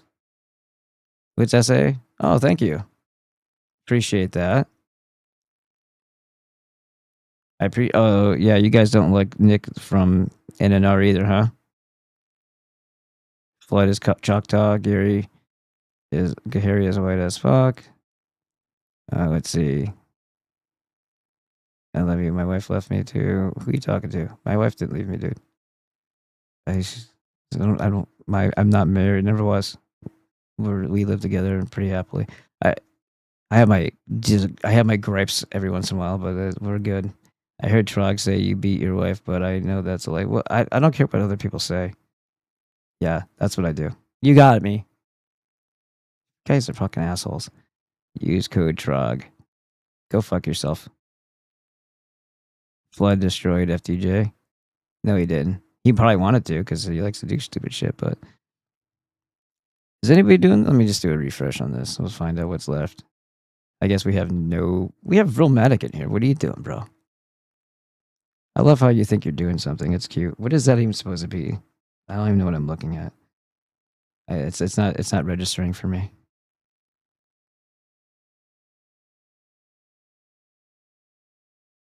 Are you sure that's the one you wanted to remove? Or maybe you know that person. I don't know. I would think it would be the other ones, but it's on you. Let's do a refresh again. Let's see what's left. Oh, you left the one in there that says faggot. Oh, thanks, bro. Appreciate that. Pretty impressive though. I wouldn't know how to do that. And I don't even know what the hell I'm looking at there. I'm not a dot connect. What is that? What am I supposed to be seeing? It kind of looks like a bird with an eyeball. I don't know. I'm seeing nice things in the nature. I don't know what the fuck it's supposed to be. I'm guessing something more insulting as the previous. Instead of just removing the thing, though, dude, you remove the peep, right? So this guy obviously doesn't like Nick because he's using him as a. See what I mean? You see what I'm saying? Like this guy's a cocksucker. So we're just gonna go ahead and do. Wink. See how that works. That's how it goes down. Use code TROG. Let's see, John Mark Gregory. Let's see what kind of bullshit you have on your page. Oops, that's not what I was trying to do. 10 followers, huh? When did you become a thing? 2025? So you're a burner account?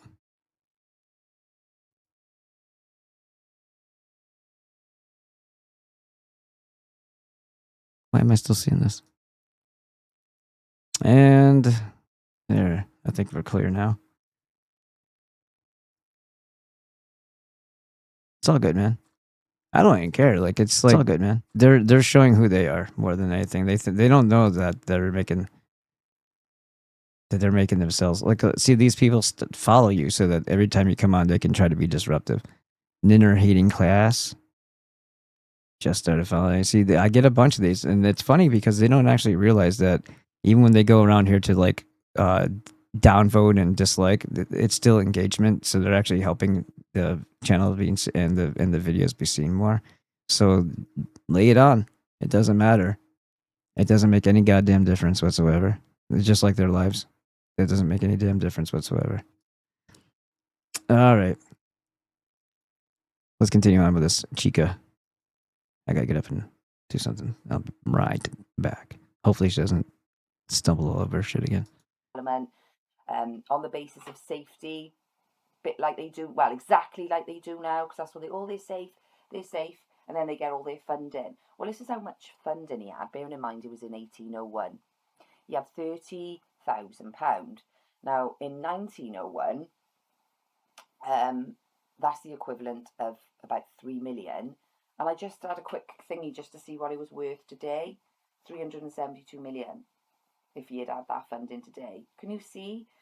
You know, when the funding thing is still rife now, and this is the type of, the amount of money that goes into these things. Millions of pounds.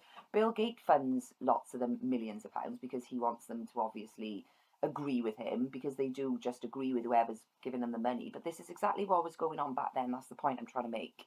200, 300 years ago, exactly the same thing. So he had his funding, despite all the bad stuff that was going on. He had the funding for it. Blah blah blah blah blah. Yeah. So let's talk about the epidemics, the smallpox epidemic. So it was very evident quickly that smallpox was doing more damage than good. But there were three major epidemics. So the first one was in between 1831 and 1834. About 22,000 people died. Then again in 1863 to 1865, another 40,000 died. And then again later, but the key here is compulsory vaccination came in 1854. So by 1863, thousands and thousands, in 30 years, obviously only 10 years with the compulsory vaccination, but they were vaccinating before then. They'd lost thousands by this time, absolute thousands, right? And every epidemic was preceded, it was worse than the one that it preceded. It was, they just kept getting worse. So all right then. So they're saying the smallpox vaccine eradicated smallpox. I'm saying no, it didn't. How on earth can you make that conclusion when people were vaccinating and dying more than the vaccine was saving? And it was compulsory, so lots of people had the vaccine, but it wasn't. If that was the case, then when compulsory vaccination came in, we should have seen them lowering, not getting worse, not higher and higher. We should have seen them on the decline. That's the thing, see. I'll talk about that in a minute, actually, about not just smallpox, but all of them on the decline. So it got so bad that in 1907, they decided to repeal compulsory vaccination, and they did. And it became prohibited. They couldn't do it. And then, interestingly enough, right, so all these thousands of people were dying while compulsory vaccination for smallpox was underway. As soon as they stopped it in 1907, because you can go back, you can look, this is document, they were all old newspapers, clippings and everything of people at town hall, city hall, demanding no vaccines. And, the anti-vaccine movement, like I say, Edward Jenner started it, and it's been consistent. Nothing to do with Andrew Wakefield. But anyway, so they stopped it in 1907. Obviously, people decided they didn't want to have a vaccine and it wasn't compulsory anymore, so they didn't. Some people did, like they would now, but many of them didn't. So between 1910 and 1933, 23 years, there were only 109 deaths from smallpox in children under 5, and 270 deaths in the same category under 5 from the vaccine itself. So even, there's a really, really good, I got my computer here, this is why I'm leaning over, I got my other laptop here, right, that you can get this online. It's a PDF, it's about 52 pages, and it's the only mortality statistics for smallpox, the only official ones available, and it's called Vaccination Proved Useless and Dangerous from 45 Years of Registration Statistics, right, and it was written on the 29th of December, it's my mum and dad's wedding anniversary, 29th of December 1951, 52 pages. Go and have a look. These are the only statistics that are available, and they will tell you everything you need to know. So yeah, the category that was most affected by the smallpox was under 5s, when they made it compulsory, and obviously just from taking the vaccine. Yeah, I'm going to talk a bit about Leicester.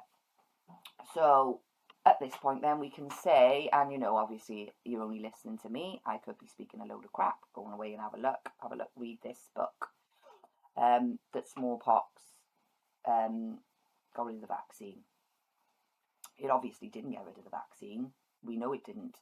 And in fact, Leicester were a perfect example of this. And I always say to look at Leicester. I don't know how many of you have, but please look to Leicester, because they smashed it out of the water.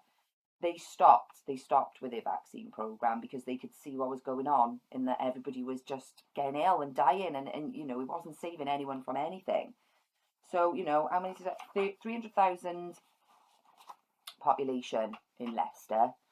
And yeah, basically they stopped. So what they did, they improved their sanitation and they quarantined, right? They did quarantine the sick, not the healthy. Never quarantine the healthy, not since the beginning of the time.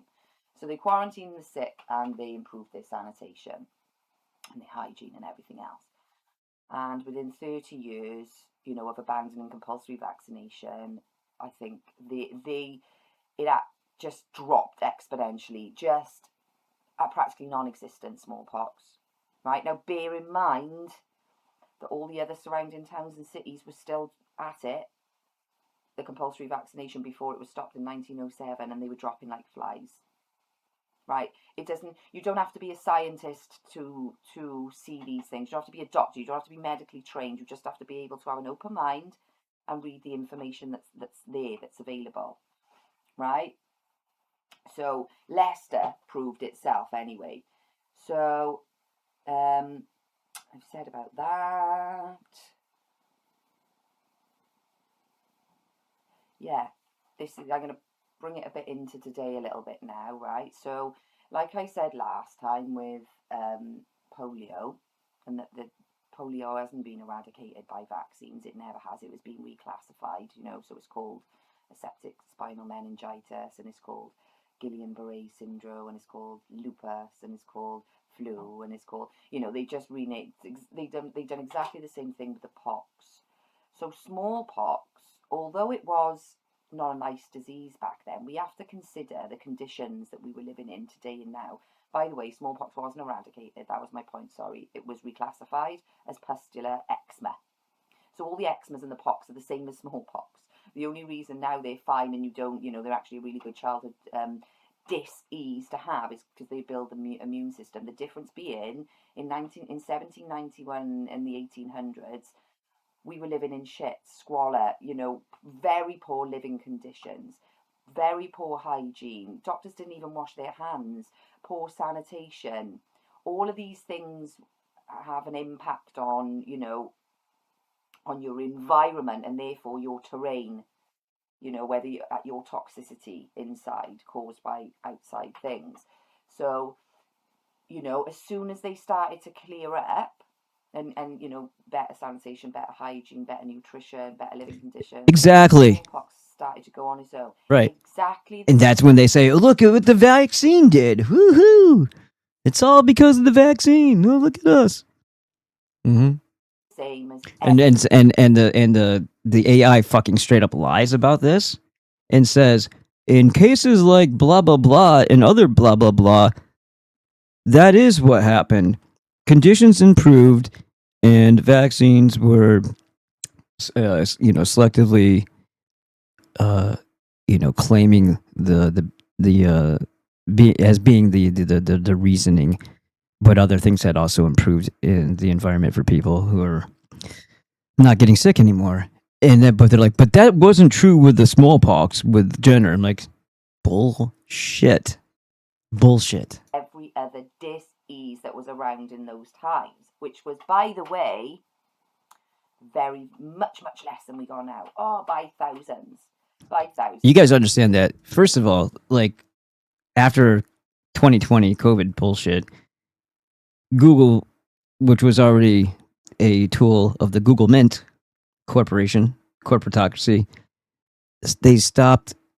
It's like, there was a time when if you looked up something like about, I don't know, psilocybin or something, Erowid would pop up as one of the research results. There was a time where non-regulated, non-conforming websites would be popping up in your search results. And then it turned into .nih, .gov, some other org that's responsible, tied into governmental shit.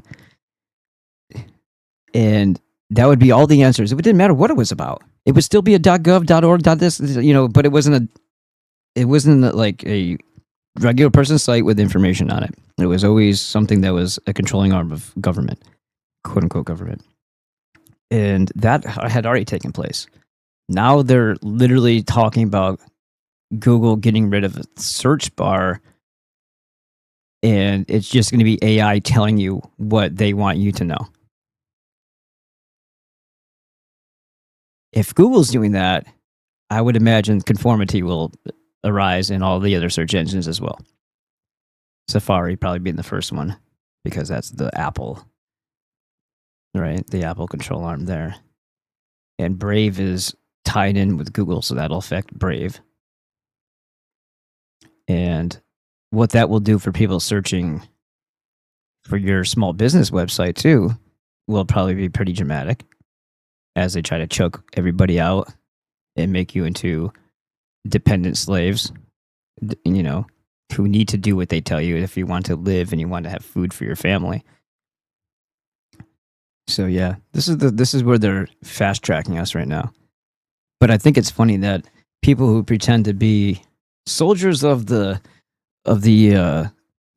you know, whatever they'll probably sell you of the white race or whatever, who decide to take it upon themselves to wedge themselves in as the spokesman for said movements are the biggest.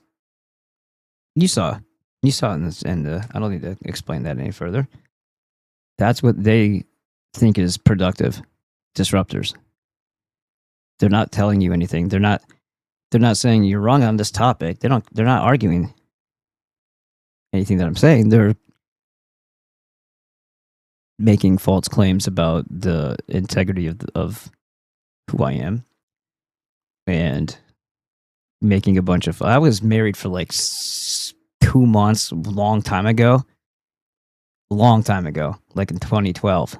I had never got this. It was such a short marriage that I'm not even considered divorced on paperwork. So no, I'm not. And Rebecca and I have been living together for about a decade now, maybe more, because our daughter is about to turn 10. And yeah, every relationship has its stresses and strains, especially when you go through a small business and COVID together. And then also, you know, she's got her own traumas. And I'm sure I've had my own needs to be less, I don't know, what's the word? Jumping to conclusions as to what things mean, I guess, when it comes to personal relationships. Like, you know, she's a really good mom, and my daughter really loves her. And when I'm not all hyped up and amped up on 3 cups of coffee because I need to stay awake, then I'm more calm and there's no turmoil. So obviously I'm also in control of how that turns out. And I'm animated. You know, I have like a lot of expression in my voice, and sometimes that's seen as confrontational. It's not really supposed to be, because what I'm usually doing is I'm talking with people, but I'm animated about what the actual problem is, but I'm focusing away from the person. But the way I'm saying it is so it might be aggressive. So then they start to be, especially females, they get defensive about that, right? Because they think that you're somehow, even though you're talking with them, it's like, I wouldn't be talking about it with you if I didn't think that we were collectively like on the same side, on the same page. But a lot of times people won't, you know what I mean? They don't catch that. So when I understand what I'm doing and I address it differently, we don't have arguments. Yeah, and things go really well. You know, we weren't for a long time, you know, riding together places, and we started doing that the last month or two. And that was kind of cool, because now it's like showing my daughter what family is again, and it's good. Everything's good. I'm not here to really get too upset about people's soap opera drama who only exist and live on internet. Like I don't know what it is about their real life lives that are so, you know, vapid and empty that they need to solely exist and pretend that they're little priest kings on the internet.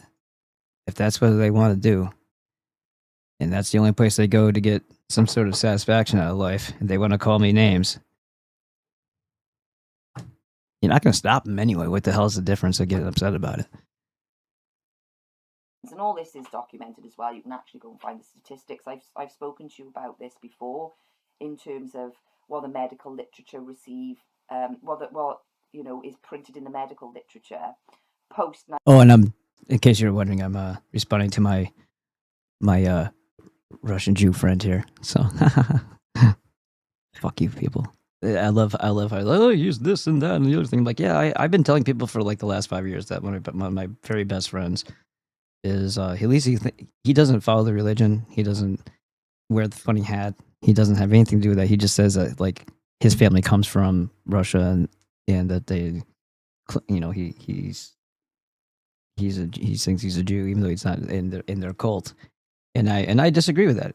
I think no, you're an American because you're not tied up in all that bullshit, and you see it as an ethnicity, which is different than seeing it as like a supremacy cult. 1940. They don't tell you. So it looks like when the vaccine came in for these different diseases, that it was all, but it wasn't. It was already on the decline, thanks to those better sanitation, better hygiene. It's not simple. It's not difficult. It's not rocket science. It's actually so simple it repels the mind, I think. And this is why people are like, no, because they've saved lives and stopped measles and stuff. Right. Yeah. We need the complicated bullshit, crazy fucking explanation rather than the simple one that, hey, look, if you take nutrients and you stay out of filth, if you don't lay in piss and poop of other people and drink out of the water that they've done that in, and you take the 90 essential nutrients, because the same group of people that would rather inject you with poison have also poisoned everything else and made it so that the plants don't have the minerals in them that you need, because they want you to be ill so that you go back to their cult of medicine so that they can poison you further. See how this goes? It's like a merry-go-round, round and round we go, or a Ferris wheel, maybe, I guess. They want that explanation. They want, when you go to a doctor, some sort of magical spell occurs, and yes, it is a magical spell, but it's not for your benefit. It's not magical healing. It's pharmakeia poisoning. So yeah, you got it. You got your magician. You got your special sorcerer, just like you asked for. Congratulations.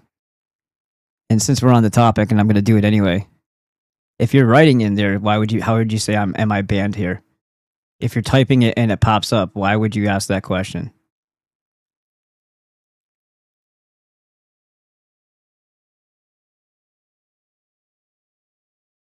Yeah, okay. Well, if he's a tumor and toxic, that's not everybody else on there too. And I could see how you could come to that opinion and how it jumps back and forth and all that other stuff. Let's see. Let's do a refresh on this to see if those people are still there. Nope. Let's do a refresh on this. Nope. Somebody's working finally.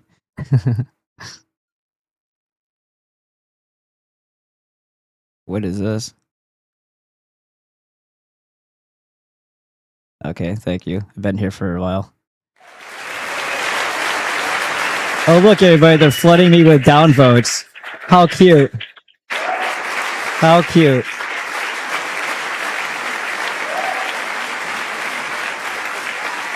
All right, I'm just gonna do this because we don't need to. They don't need that either, and I don't really give a shit. He's like, everybody's gone. Well, I'm not. Really give a shit, and neither is NNR. So why don't you guys just chill? And that means more people can come too, especially if you're a pro member. I'm not renewing it, as if you actually were. I doubt, but if you were a crawdaddy, what you're trying to do now is you're trying to play the role of I'm an unhappy member of blah blah blah. It's all nonsense. Because a channel that you could just easily avoid says things you don't like. That has nothing to do with everybody else on there. That's the most childish, ridiculous reason. He didn't have the power to destroy anything unless you allow that to happen by constantly like a moth to a flame or a light bulb or a bug zapper continue to do things that you don't like I don't know, watching things that don't make you happy and get you angry and not in the right way. They're not inspiring you to take action. Instead, they're getting you all riled up because you don't like the hosts.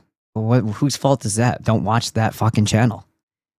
Because it's there, I have to see it. That's like very subhuman type of thinking. Let's see. What happened? Is he hanging upside down and getting his face licked up around the back? What is this? Who's talking like that? Who's talking like that? I do appreciate all of the love here, though. The 5 to the 10. You guys are awesome. Thanks for the 55 people that are watching, too. That's hilarious. I must be the biggest threat they have, which is pretty pathetic. It's pretty funny. You don't even have a picture that's like not blurry. 1 follower. Let's see. Wait. No, I just gave you another follow. How about that? I was just kidding. I was just trying to see the about. April 5th. Yeah, another troll tail. Look at that. Pretty easy. It's not that hard to figure out. Let's see, where is he at? Yeah, I don't care. You guys are all just here to be dicks. I don't. If you want to follow me and make my subscriber count higher, so you can try to be. Go have fun with it, bro. That's cool. Did you hear that Alex Jones is going to debate Dan Bilzerian? Is how it's Bilzerian, but it's cool. If you allow links, I'll post a link for you. Yeah, I don't care if you're asking. Go for it, man. Tor still works for getting around most of the Google censorship. Okay, cool. Very active troll night tonight. Yeah, real medic. You're gonna get your exercise in. If you write "Am I banned here?" and it pops up, you already know the answer. It's no. Drama really good for streaming. I warn most streamers to just stay away. No, I don't think that's worth it. I think if they need the attention, and we're just discussing stuff here anyway. GTV is back already. Did you not know that? If all they do is that, then all they're doing is pointing out. I'm pointing out by showcasing what's happening. I tell you, people who know the show and know my character know that it doesn't matter who you are or how nice of a person you are or how supportive you are. They're still going to have some shit to say about you because of their own crazy minds. So it doesn't. I'm just showing you what I endure when I'm not doing anything to fuck with other people. I'm not talking about other people. That I got accused on Twitter by some account with like 5 followers that I was attacking somebody named RealTuber's children. I don't know anything about RealTuber or his children. These are just things that they say so that they can validate what they're doing. So they know that they're doing stupid, horrible things to people. So if they frame it in a way where it sounds like it's some sort of chivalrous, response to somebody who's a bad person, and then they just make up a bunch of bullshit. Like anybody can say anything they want about you. It doesn't mean that it's true. And if you give a shit about what other people think, that's on you. You're the one surrendering your power to them. All right, cool. I'll open it up here. I'll probably look at it later though, because it's like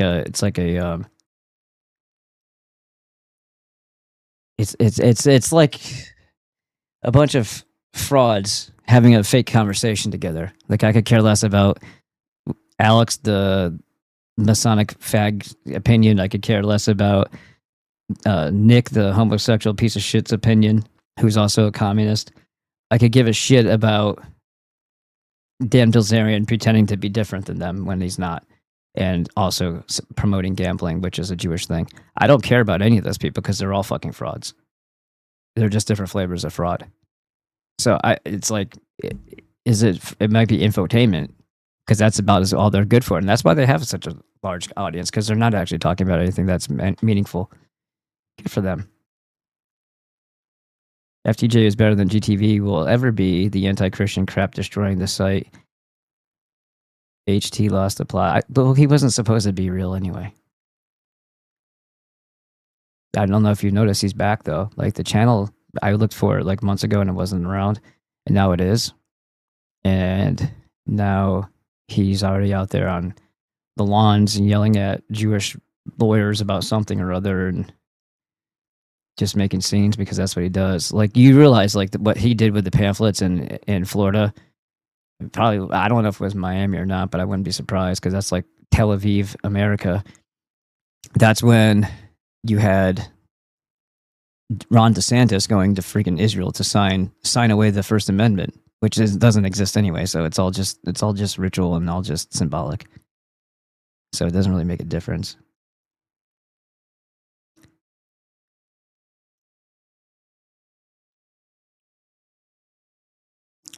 Meatwave. Oh, what happened? But weren't you just on here saying I gave you an upvote? Did somebody take him down? Oh, I bet you it's because you have that picture, Nick. They probably thought you were because it's like a gay. You know what I mean? Like Nick didn't do anything to anybody either, but yeah, people shit on him for whatever. They had to destroy all of Odyssey. This is what Trogs do. They destroyed all of Odyssey and everybody's ability to, you know, get something out of their time that they spend making content for other people. And if you don't like it, you just move the fuck on. You don't destroy the whole site because of your craziness. Like these people are literally like the false conservative or right, because all these terms are meaningless. They're just concepts. Version of a liberal maniac. They don't. There's no rhyme or reason or logic to their actions. They just do things, and they just are. Somebody wound them up, and they're just infuriated about everything, and they're just out to kill, and they don't have any rhyme or reason or behind why. So you don't have to do anything to get on their bad. I didn't do shit, except for maybe say, hey, maybe it's not a great idea to bring over the audience that's over on Crusaders because I've seen them and how they act around, you know, around the Omegle thing. Maybe we don't want that in FTJ. And I said that about on one of Flood's shows, and I got banned out of his chat that day. But I was quite adamant about it. Like, hey, let's not poison the one place that isn't a piece of shit yet. You know?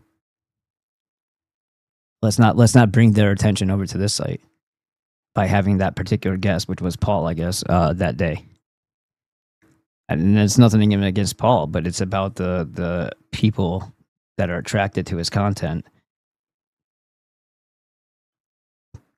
And yeah, that's all I was getting at. Thinking things through. Surprise, surprise. What, that other people would have a problem with that. What we got over here? We got more people talking. Let's see. We got coordination like the, I guess, okay, you guys are talking to each other. Edward Snowman says, I recall an old story from some Middle Eastern country, or maybe Pakistan, where a woman was divorcing her husband because he wouldn't fight with her. He's like, come on, bitch, bam. The only time Rebecca and I might have a cook-off one of these days because she's fucking really good at cooking. Holy shit. I'm always amazed. Let's see. Is it supposed to be wheel with like the apostrophe? Will have to be understanding for other people's lifestyle and not persecute everybody over how they treat their women, said Edward. And then Alex says, it's just a big friggin' farce. One of Cooper's later broadcasts, he was reading, I think it was accounts from those during the Civil War. The story, the gentleman was very sick. Damn it, I forget the details, but hearing it was like, oh yeah, no shit. He got sick as fuck from whatever they injected in him, and the nurses were caring for all these poisoned and injured servicemen. Yeah, in the middle of war, right? Isn't that wonderful? They poison you right before you go out. Oh, you have to go to another country where all these things might attack you and make you ill. So here, let's inject you with all those antibodies. And then the people are sick and trying to fight a war and then dying. Isn't that wonderful? And what a great way to, you know, like it's like literally handicapping a fighter, right? And then everything that the Jews are involved in one way or another is like a gamble or a facade, like gambling, the illusion of being able to win and like secure some sort of living. So they parade out people like Dan Bilzerian. Oh look, I won all my money at gambling. No, you didn't. You were from an affluent family. Shut up. And then you have all these content creator influencers. Like I like Togi, but you know he's got a portion of his show is all about the gambling. It's a big portion of it in the past, and he would lose a bunch of money, win a bunch of money, but he's always going to make a bunch of money every month because he's promoting gambling. And then you have other people all doing the same thing. Everybody on Kick has some sort of gambling account. They're making fuck tons from these gambling sites because the gambling sites are making fuck tons of money for not doing anything. People are just throwing their money at them all day long. It's really easy. And it's the oy vey cycle, right? Like that's what everybody is doing. And when it comes to like handicapping, like literally like you're sending people out to war and you're making them sick just before they go. Wow, that's interesting. So you're going to have a weakened army. War will continue. It'll progress. It'll take longer to accomplish. And you sent them out there because you yourself wanted more banking territory in the first place, and also you want to rid yourself of more European white males, right? And you want to destroy bloodlines and disrupt the entire, family trees of people, and make broken families at home. It's so sick, man. It's so sick what we're dealing with. Yet this is why I'm telling you, there's bigger problems than we have people being like, throwing insults and making up lies about you in the comments or even online. It doesn't really make a difference to me what people think. If that makes them feel better and they're that disgruntled, I actually give them the time I show it, right? Is this what you wanted? Did you want some attention? Here. Did you want to say something horrible to try to hurt my feelings? I'm a good dad. I'm not exactly technically a husband, but I provide for both of them. And I try to do right by as many people as I encounter. And I don't turn people away for ethnic background to be my friend. There's no qualifier. I mean, the pieces of shit are pretty obvious from a distance, not to engage with them. I don't have a whole lot of black friends, like zero. But in the past, I probably may have had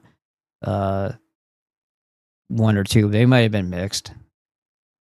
Like the guy who trained me for the mortgage company, and he went through the class. I had no idea. You couldn't tell that he was like mulatto, I guess you could call it, like a black dad and a white mom. You couldn't tell. I thought he was Italian. Everybody else was Italian. I just thought he was. He was a cool dude. And I found out later on when he made a post on Facebook and he was talking about the mentality of younger kids. And I go, well, that's what you call wiggers. And then everybody like jumped on me and they were like, oh man. And he's like, oh, never go full retard on my post. And I'm like, what are they talking about? Never go full retard. I just called people wiggers because they were acting like they were gangsta and they're white. And then I come to find out that he's half black. I'm like, is that really a bad thing that I said that? And he's like, I'm just going to let this air out here and I'll address it later or something like that. I'm like, what is that? People are shitting on me for saying never go full retard, but I'm like, it's what? It doesn't change the fact that white people try to act like they're like in the like hood and they're in upstate New York where like there's like money and cows. It's like, stop it. You're not city. So when they act like that, it's like it's a learned behavior that they're acting out, like they're practicing, they're rehearsing when they're doing it out in public. That's rehearsal. That's not reality. So if I called out and call him a wigger, I mean, that's what, just because you happen to be, half and half. How does that make it offensive? Did I call him one? No, I called the people that were acting like that, pretending to be something that they're not. That's what I called it. Anyway. Let's see. He got sick from whatever they injected in him, and the nurses were calling for the poisoned and injured servicemen, or caring for the poisoned and injured servicemen.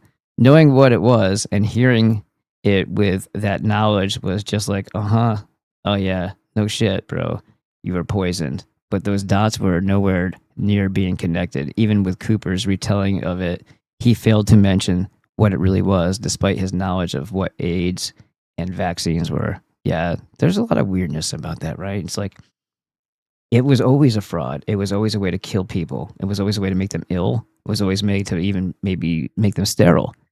Most certainly in later years with Gates going around to different countries, and again, have mixed emotions about this.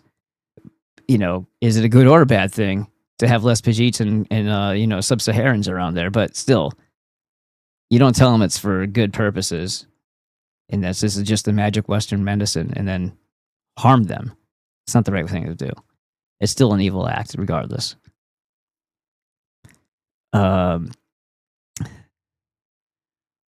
Why'd I just picture Dan and his friend getting into a They Live style fight about him not being It's funny. Oh man, we don't bring it up often.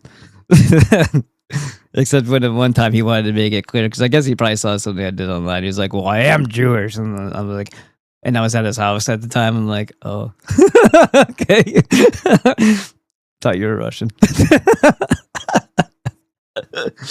Oh, funny. Look, Dan, another baby burr is born. Bushmaster 6A. Oh, there it is. Yeah, you're right. Burr dropping Hamilton's over here. Thank you. Aaron. Oh, yeah. Dropping it. Hamilton's like your Aaron Burr. I was just reading the way it seems like it had changed the way I wrote it. All right. Well said, Dan. Just another flavor of fraud. Beautiful mind behind the coding up on 55. Destructured water. Yeah. That's funny. Serious flood booted you? No one. No, I don't think it was him specifically. I think it was somebody in the. Listen. I was going a little extra overboard on my. I mean, I felt it, and I felt justified. I felt righteously justified about it. I didn't think it was a wise or responsible thing to alert certain types of people who would gravitate to a site like Crusaders, and I meant like the worst of the worst. Not even so much Paul, but there's a lot of people on there that do what I think are kind of dishonorable things and ignoble, as in not noble. And I don't think that it's a good look. And to have them come over to FTJ, I just didn't want that to ruin the site, because it's not. They can have their own spheres, they can have their own universes, and be completely separate. Because that type of mentality is not productive. It's more self-destructive than anything. And that was my point. Is like, why are you doing this?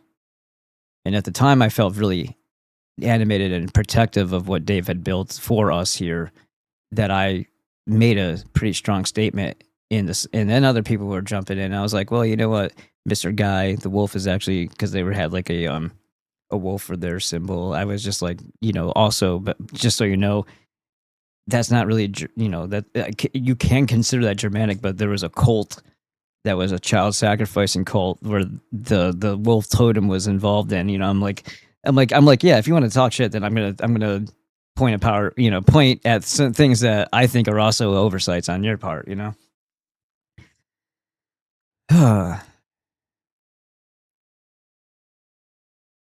Yeah, I agree though. As far as it's a weakness, yeah, but I'm not. I don't think you can put that on his shoulders. I know he's already gone out on his Telegram and said bullshit that isn't true about me, with an old picture of me from fucking something he found by scouring the internet. It's pretty silly, and he made statements on there that weren't at all true, and then he had his little minions come after.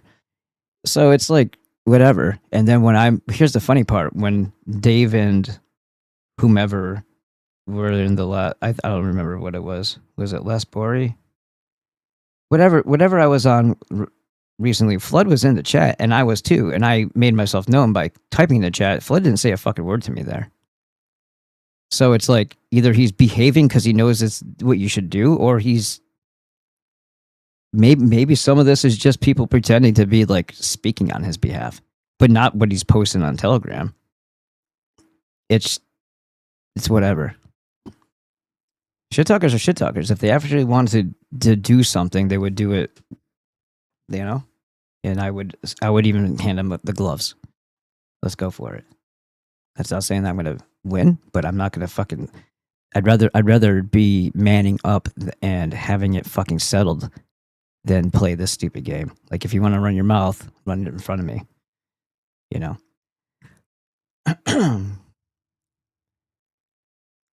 I figured you did, Edward. I had to read it a little bit ahead and then see. Usury combustion is a man.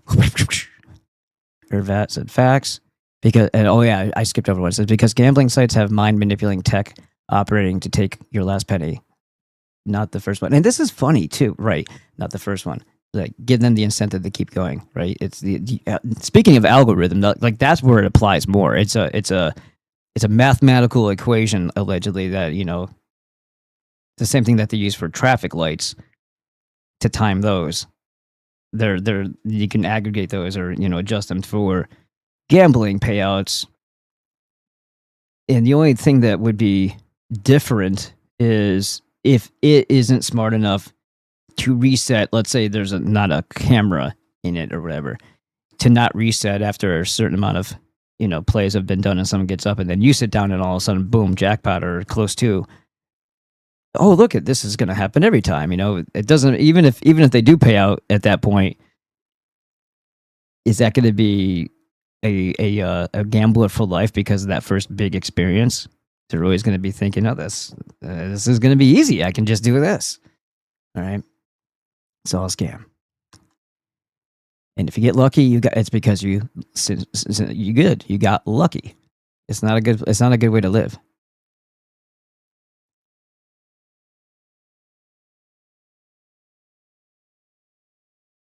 Let's see.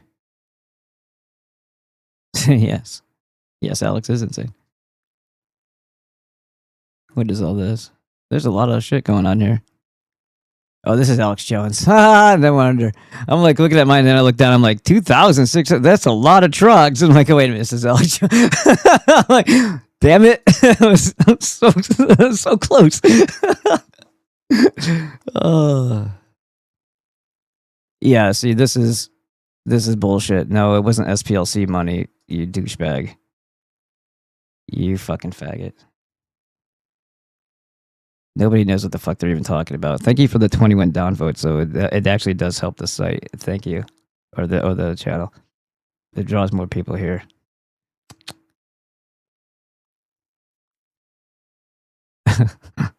Everybody wants me to jump on these things and agree with them. It's funny.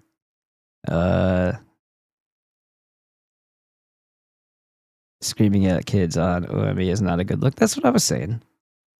There are a few good people on Crusaders, but a lot of streamers are low IQ spurgs. Agreed. And there's actually good, like, what's the guy's name? He's a good dude. I'll tell you in a second. Frank Slade. He's a good guy. Buchenwald is a good dude. Night Nation is good. That's Nick.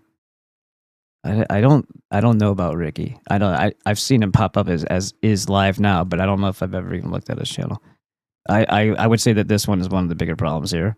As far as what it attracts, I'm not saying I'm better. I'm just saying I just is not my style. I wouldn't go that direction with it. Hi, what happened to GTV? I have not gone on there in a while. I think if you look for it, you'll find it again.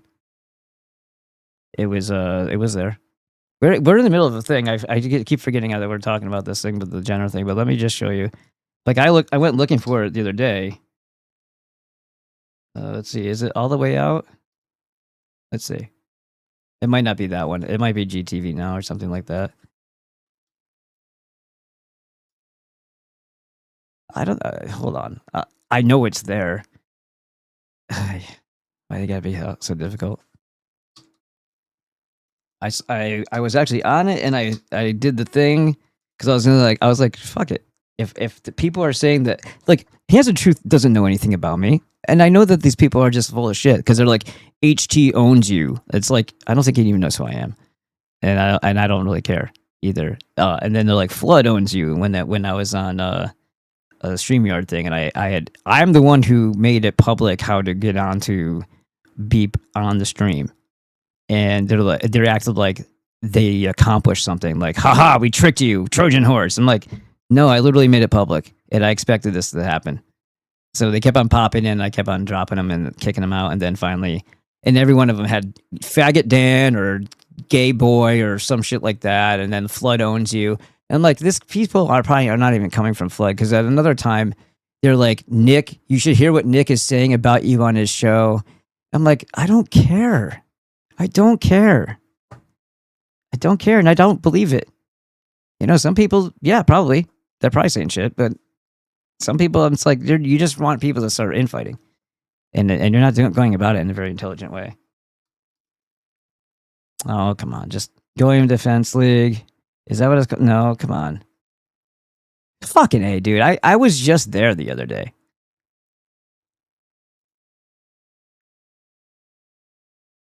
Is it the going is that what it's called now? I know that's been around too, but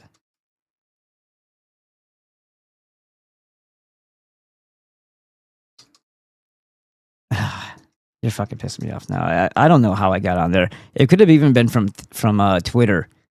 I think Twitter had.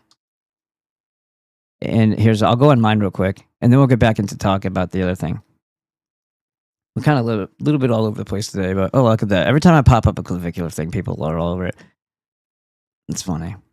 Still have 31 followers because I deleted my entire account here on Twitter because, again, I don't care. The people are like, oh, clout. I'm like, I've burned bigger channels in the past just because. I did it even on FTJ. I did it on Christos Guest just before I had Stu Peters on. I torched my own Twitter account with like close to like 330 people on it, but who cares? Who cares? No, I'm thinking if I scroll, there's the lizard head right there. There's a chunty. That's not that one. Here it is. Maybe it's the original post. GDL. Handsome Truth in the GDL confront, which is Jewish, Goyim Defense League confronted Jewish lawyer for protecting pedophiles, which is not a good thing to do, of course. But I also said, guess he's back doing his agent provocateur thing. Guess they renewed his contract finally. If I'm not mistaken, the old flyer stunt he pulled in Florida was the excuse for DeSantis going to Izzy, as in Israel, to destroy the First Amendment. Problem, reaction, solution. Now, I guess if I click this, maybe it'll... Nah. Yeah, no, these aren't where I found the link, did I? Yeah, I don't know. I was just there, though. I tried to... Just for the shit of it, I was like, well, I'll just like with Crusaders, I'll just plant my flag in the same fucking lawn. And I tried to sign up for it. Then they have got nothing going on there. Like, literally nothing. Like, 88 streams, like, it'll tell you so many people watching, and you go click on it, and it says 8. But it'll say 750 views. I guess that means cumulatively, because when you actually go to the thing, it's like there's nobody there watching the videos.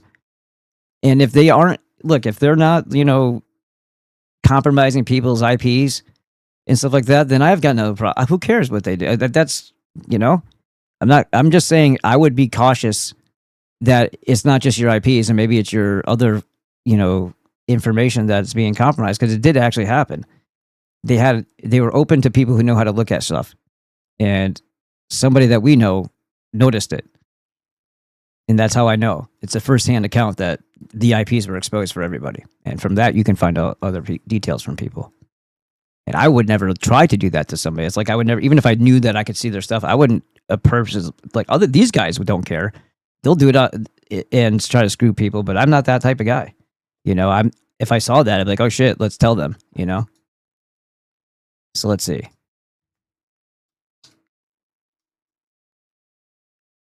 Yeah, no, that's the thing that I just saw.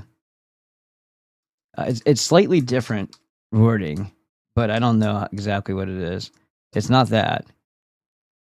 Unless they just took it down again. Maybe they did. But it was up. I saw it. Maybe it's a dot something else. Maybe just go with this. Let's get rid of that. Again, we're back to this fucking bullshit.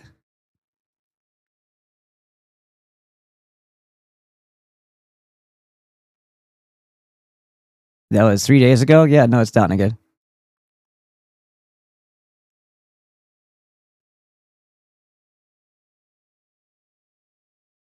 That's YouTube. But this was actually saying Goyim TV right here.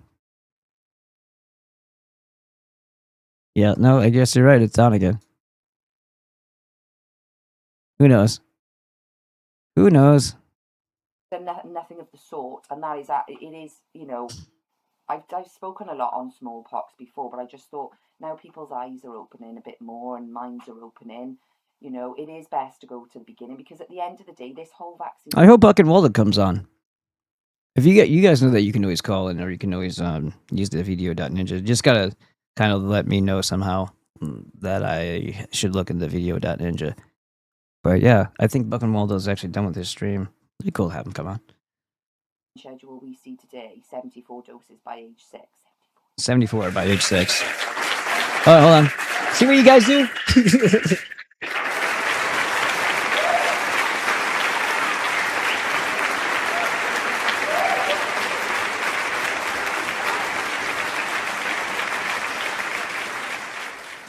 It's an anti-Semite hate group that employs logos with the letters GTL and GTV. This is the Anti-Defamation League's take on it. It's very cute. So cute. Program on extremism. But here's what makes it suspicious is like, would they be able to point to something and say, hey, see, we told you this exists, if it wasn't for people like that go to the extreme? Like if there were well-adjusted, well-delivered information historically about how there's inaccuracies in the narrative, like you find on FTJ, there's a more intellectual discussion to have. And it's indefensible what their position is. So there's no reason to go to the caricature of what a Nazi is, because that's a fabrication of the ADL and, the CIA, literally manufacturing this idea or concept of what they want people to think Germans were about, because it's not true. But as they can sell that idea to enough softheads to where they actually think that. It's funny too, because an actual National Socialist would know damn well that they didn't gas a bunch of Jews, but there's people who propagate or perpetuate that lie too, who pretend to be quote unquote Nazis and not rather than National Socialists, and there's a big difference between the two. Being called something because some Jew journalist decided to take an old term that was used for dumb country bumpkin and apply it to you, Nutzi, and they'd be like, that means that's short for National Social. No, it isn't. That's not really what it is. So, no. And then to say neo this word that's already derogatory, like who would call themselves, hey, we're the fucking assholes? Hey, we're the retards. No, they wouldn't use a derogatory term to describe themselves if they actually knew thing one about what the hell they were pretending to support, right? Because it's all about the image or their impression of something rather than what the thing actually was. People will go to great lengths to look, to pose, to be posers of something rather than actually ever learn or go put the effort into understanding what the hell it is they're pretending to represent. It's literally like the kid that walks around carrying a skateboard rather than riding it because he wants to look like a skater because that's cool to him. It's like literally what it is. 18 vaccines is based on Edward Jenner and his smallpox vaccine. The same one who didn't didn't inoculate his second born because he realised he fucked up his first child. This is it's horrible. It's horrible, but this has carried on this lie, right? So back then you had smallpox, and they were I only say they were killing people because obviously, like I say, the conditions and everything, it would have been, it would have been like that. So you had smallpox, you had diphtheria, you had tetanus, you had scarlet fever, typhoid, and measles, right? They were probably about the only thingies. Anyway, when you go back historically and have a look at the graphs and the statistics that are available, you'll see a massive, massive drop in every single one of them, and then the vaccine comes in, right? But there was no vaccine for scarlet fever or typhoid, and they both went away on their own, both of them, which would have happened. It would have happened if we hadn't jumped in with these poisons. All we had to do was be cleaner, and that was it. That's all we had to do, and we've completely ruined, I don't know how many millions of lives over the last couple of centuries where we've carried this lie forward. And at the end of the day, nobody talks about the new diseases that we have here. Vaccinia, they're called. So basically, it means that these diseases were created by vaccines. Okay, I need to stop again. I need to share this with you. So I said, what is the new link for the Goyim TV? And it says the exact current web link for Goyim TV is not provided here, as assisting users in locating active URLs for designated hate platforms violates safety policies. This is the future of your internet here, kids. That's why join FTJ for $5. FTJmedia.com. Website's original domain, goyim.tv, was permanently shut down following investigations into operations while tracking, or they don't tell you a date though, while tracking organizations like SEMrush note that the platform frequently attempts to migrate to alternative country code top level domains.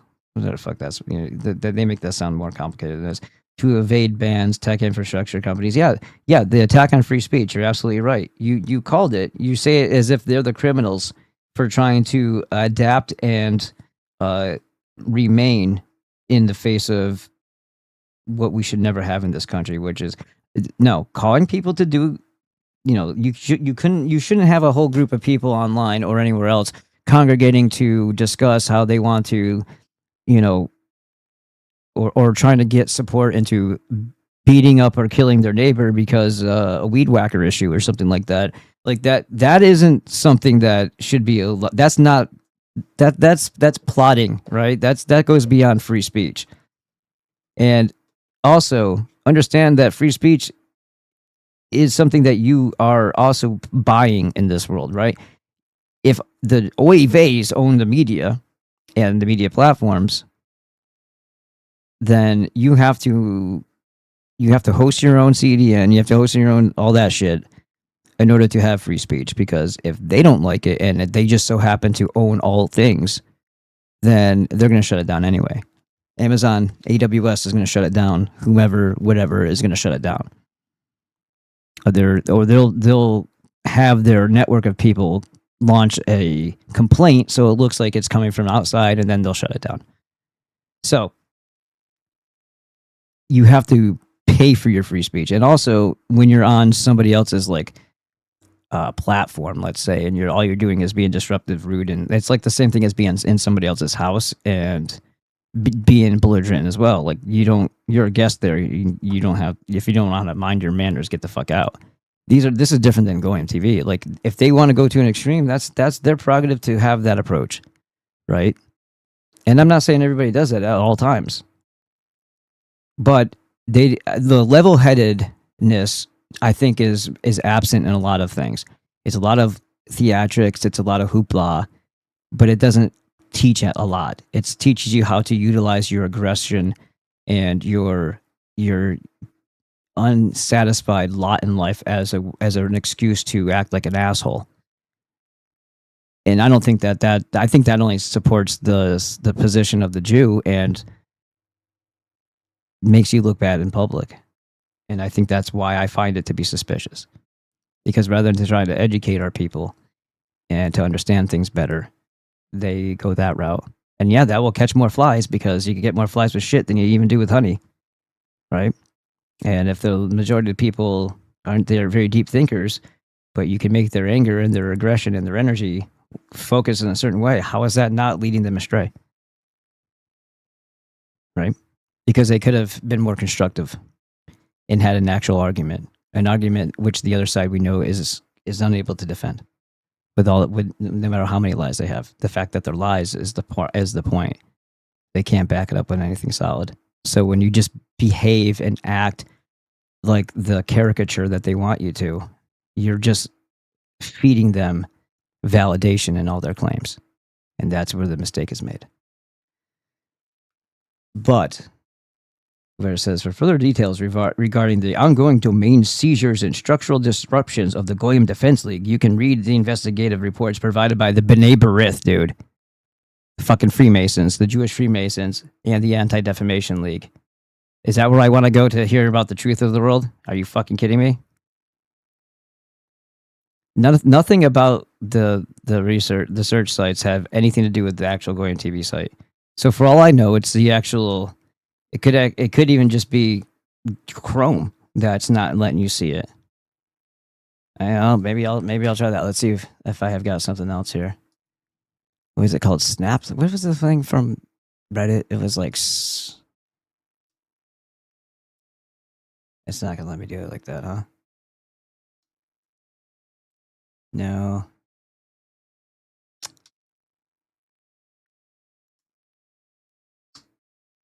No.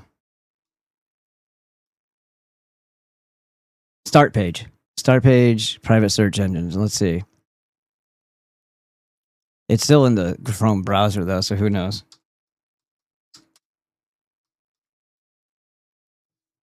Nope, it's all the same thing. Southern Poverty Law Center program on extremism. It's all the same shit. And you go to the Instagram of freaking Southern Poverty Law Center or some bullshit like that. No go ham in abundance. JP Morgan, blah, blah, blah. Extreme hate groups, New York State Senate. It's all crazy. GTV flyers. Maybe this is where we're going to go. Nope, that one can't be reached either. Yep. But it could just be because Institute for Strategic Dialogue. That sounds very Jewish.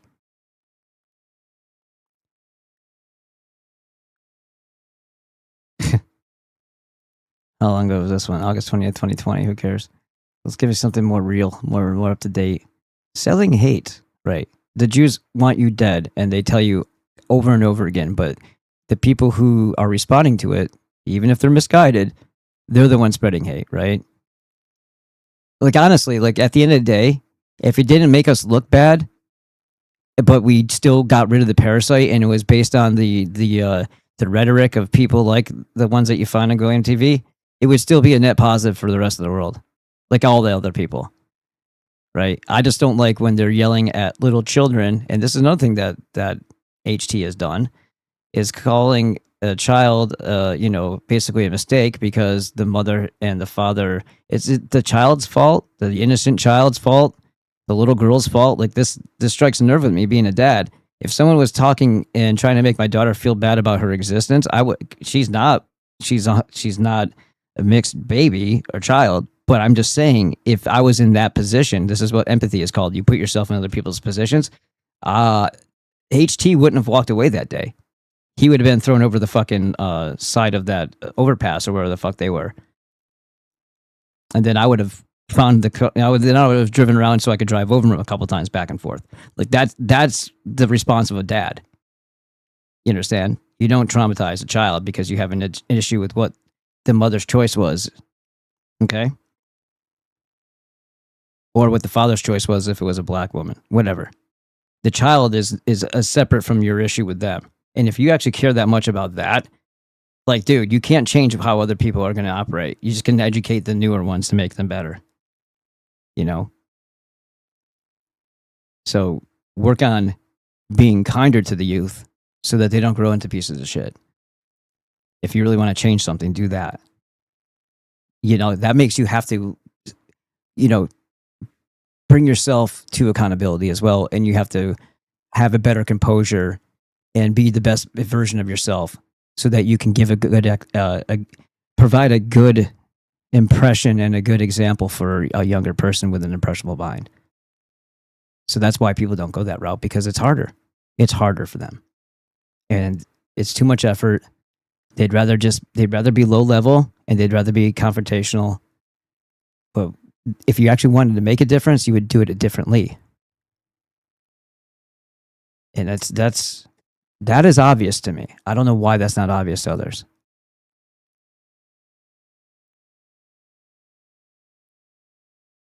And there are hundreds of thousands. Well, look around you. I've named 5 that were back in the 1700s. Wasn't any more than that either, right? If any. What have we got today? We got chronic fatigue syndrome. We got fibromyalgia. We've got Guillain-Barré syndrome. We've got seizures and convulsions. We've got lupus. We've got Bell's palsy, cerebral palsy, MS, ear infections, speech delays, behavioural problems, autism, ADHD, what else? Meningitis, pneumonia, all of these things. Cancer is the biggest one caused by vaccination. That is the absolute fact. Again, you can go back and have a look. Since the onset of mass vaccination, cancer shot through the roof, especially leukemia in children. And in fact, my friend was having her baby last year or the year before. God, I think it's gone quick. And she didn't want it. Yeah, blood poisoning. They call it leukemia, and then they finish you off with chemo and radiation instead of giving you nutrients and minerals that you need to help fix your blood after a poisoning event from the vaccines. Childhood leukemia. That's why there's a thing called, even a thing that exists known as childhood leukemia. For all I know, what may have triggered my aunt to be considered acute leukemia was maybe she got a shot in her adult life, and then something happened, and then they said, "Oh yeah, you have this." And they took 2.5 years to murder her, a mother of 3. And just to clarify I know the previous thing I said, I'm Italian, Irish, German, Lithuanian last name for whatever reason. And Rebecca has a 6'6". He's been here. He's a Harley driving. He owns his own rigged truck. He's a 6'6" German man, and he shares the name of some of the best pretzels out there from Hanover, if you know what I'm talking about. And her mom is Lithuanian, German, and a little bit of Brazilian, whatever. That's not even an ethnicity. It's like Portuguese, whatever. So yeah, when someone said, "Oh, you're a child," no, she's not. I know you would love to think that, because you can try to make me feel bad about that too. But like I said, if you ever did that in person and try to make anybody who I love feel bad about who they are, even though you would be wrong, but you would just be an asshole, you would be finding the end of your life that day. I'm just saying. Or you would regret it in one way or another. Maybe not that. I was just kidding. Only in Minecraft, as they say. In case shot, she had a bit of shit off the nurses, which this is wrong, bang out of order. Any medical professional who's giving you, making you feel bad and whatever, it is absolutely disgusting. They need to go away and have a look what it is they're doing before they start trying to make you feel like shit. They really, really do. It's not on at all, because babies die from vaccines. And if it's because some pushy nurse or some pushy health visitor has been in your face telling you that they're going to get meningitis and die and this, that, and the other, and then you have that vaccine and your baby dies, they don't pay for that. You'll have to live with it for the rest of your life, knowing that it's mental. So I wouldn't be listening to people telling you to go to do this and do that. Anyway, the vitamin K shot, a couple of hours after the baby's born. Do you know how much aluminium hydroxide's in there? It might be aluminium phosphate in that one. 100 micrograms. Do you know what the deemed safety limit is, even by the fucking WHO and the FDA? The FDA say 4 micrograms a day. 4, right? And the WHO say there is no safe amount to be injected, and there isn't. Do you know what? They actually haven't done any studies on injected aluminium, because they're always doing it from how you breathe it in, and there's a very, very big difference there, a huge difference. So anyway, sorry, I'm just getting my hair off a bit. She said she didn't want her little boy to have the vitamin K shot, so they gave her a bit of crap and whatever, right? So she said, I want to have a look at the information, and she did actually sit and read it, and she read it, and it says in there, even the information that they've given you, not from out of the box, it even says in there it can cause leukemia. And she went, he's not having it. And right. So leukemia is not something that you can cause like a virus. Like somebody said in a previous thing, some Jew in Israel that was being interviewed who had moved there from someplace in America, this crazy little girl, she's like, it's like a cancer. Like, you don't want the cancer. The cancer spreading in the body or making other people have cancer are 2 separate things, right? And she's like, you don't want that to spread. You have to kill it so it doesn't spread to other people. I'm like, you don't even know how that works. Just make it up as you go along, that way, Vase. They do tell you, as in it's there, but then the issue we've got is it's there in black and white in the box on the insert. Sadness. Some person, medical professional or otherwise, who doesn't know a thing about vaccines, telling you that you're wrong, and that if you don't have your baby vaccinated, they could get meningitis and die. Bullshit. That you're not to not give your child vaccines is. Or they turn you into a like a CPS style thing, or a social worker. Then the social worker calls CPS. This is how when you don't do what they want you to do, they're demons like that. Pediatricians are there to ensure that the vaccine schedule is followed, and they get paid quite handsomely for those percentages from the pharmaceutical company. more so than what they're making, which should show you exactly what type of system this is. It's not even a profit system most of the time, because they print the fucking money at the top levels. It's a cult to ensure that they're poisoning and that you're subjugating and that you're handing over your young to their cult. This is all that it is. It's all disguised in modernity, but it's not any different than what was 5,000 years ago, 3,000 years ago, and so on. Child abuse, and you'd be a bad mother if anything happened. Absolutely sick. Yeah, shaming you is one thing. Tearing families apart is another. This is a demon fucking cult, and you have no rights, and they've already acquired your child at birth as far as property. And this is why this shit never happened with me, because I knew I was confident enough back then as well. So it makes a little bit more sense why I would take and move 3 hours away from my store when the pressure was put on us after my daughter's to protect her, because California is not the place you fuck around with that, because there are freaking demons out there. So I took her to a safer place so that they wouldn't constantly try to convince us to let her be handed over for poisoning. And I just would drive that 2 to 3 times a week. And like I said, I would do the 11-hour shift since I was already there. I was going there to restock, right? I had employees that I had to trust to do what I asked them to do during the week and actually engage every customer that came in, tell them about the store, and hand them samples. Those who did, you could tell. Those who didn't, you could tell, because its sales were dramatically different. And that would get rid of the people who weren't doing what I asked them. The job description is a job description. It's not voluntary. It's not like optional. If you're not going to do this part of it, then you're not doing the job. You're just standing behind a register. I don't need you to do that. I need you to engage the customer. Let them know that you're paying attention to them. It's small, 350 square foot fucking store. Maybe it's even 310. I don't even remember. But it was not that big. Plenty of room for hot sauce. And yeah. So anyway, when I was there, the sales were always amazing because I was doing what I was supposed to do, and I know this stuff, and it's my passion, and it's my stuff. So I know all the details, right? And it's the same formula that I developed and learned through the farmers markets. I applied to the store, and it was very, very successful doing it that way. And I would do that for 11 hours after driving 3 hours to restock the shelves, because that's the reason I was going there. If it was busy, by the time I would get there and stock all the sauces that we were, because I had people take pictures of each shelf every night to make them accountable. It was part of it. Take pictures of the shelf each night, and then take a picture of the paperwork, and I would handle doing they had one little sheet to fill out, and I did the rest.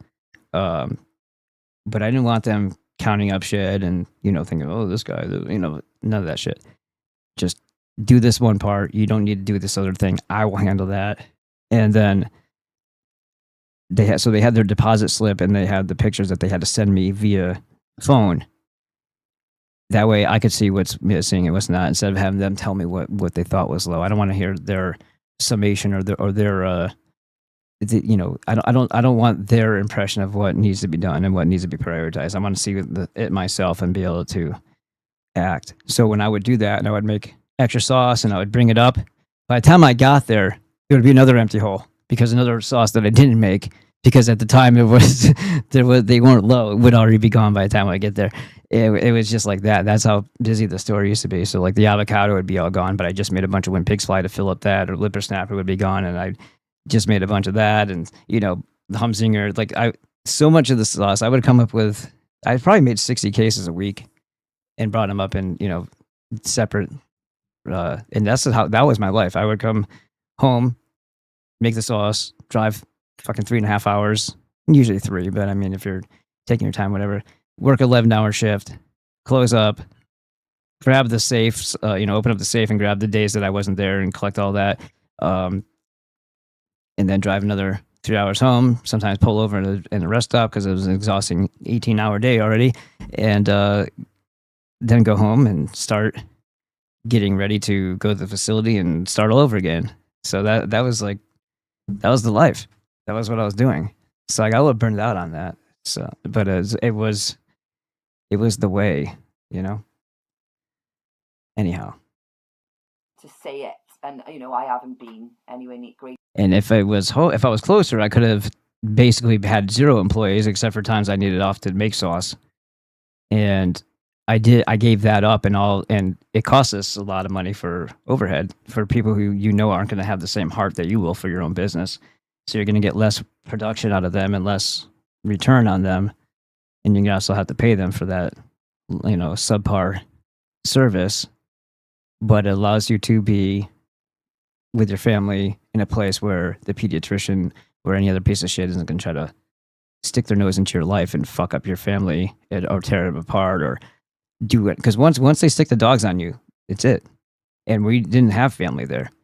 Hers were like in LA or other places, and mine were all in New York. We didn't have a support system to say, fuck you, government, So knowing all that and knowing how the pediatrician reacted when I said, you're not going to do that today. Like, we had a whole birthing plan set up where you're not going to give her shots. You have to sign off on this. It's notarized. You're no vitamin K, no Hep B, delayed cut of cord, skin on skin contact. Do not take the baby out of the room. All this stuff.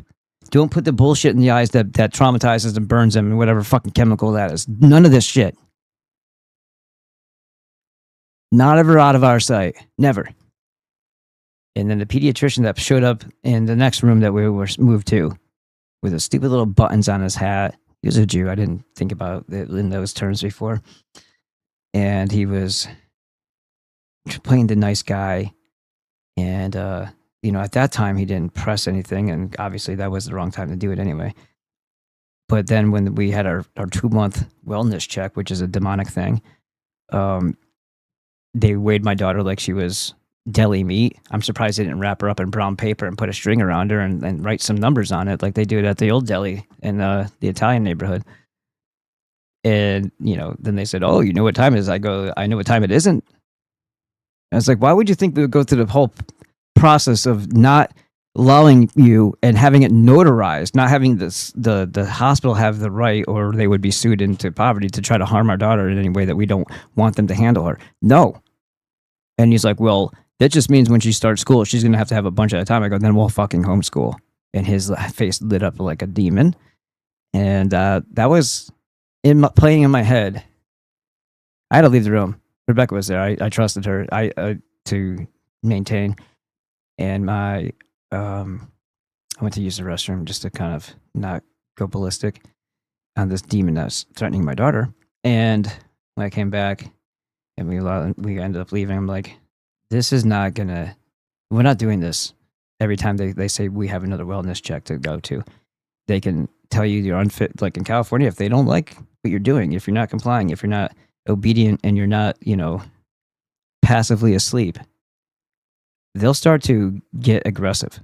And I didn't want them to start prying or like, oh, you're not going to wellness check, so therefore you're unfit. Oh, here's social worker. Oh, here's CP. No, I just got us the fuck out of that state. Fucking like that.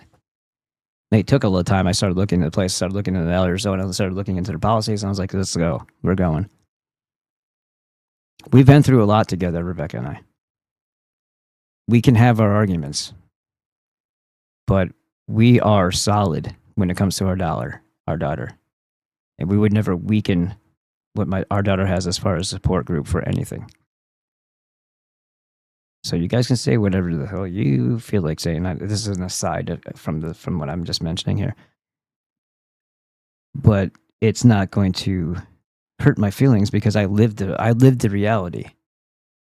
I don't care what somebody who I've never met's perception of who I am is, because you can't fix that, and you can't. Just like when it says like with an ex-girlfriend or whatever, you can't stop anybody from doing something. This is my dad used to say this, like if somebody was cheating or something like that, he's like, you can't prevent people from doing what they're going to do. So you don't get yourself all worked up over it if it happens. It is what it is. You move on. It's the best advice ever, because you can apply that to so many things. You can't force anybody to think or act a certain way. You can't expect them to do. And if you could manipulate people like that, would you?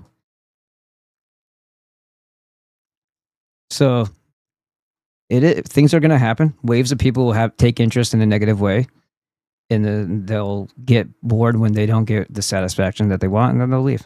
And then another wave will come, and same as it ever was. Anyhow, I think this is probably a good time to stop this particular video because, she is bringing up like some stuff, but it's not talking about Jenner anymore. Maybe we can find better information on Jenner. Let's play a little bit longer. Grace doesn't go to the doctors, like I said before. She don't get ill. And I treat her at home. If she does, I allow her to detox because that's what it is, right? And then it's still kind of a shaky understanding.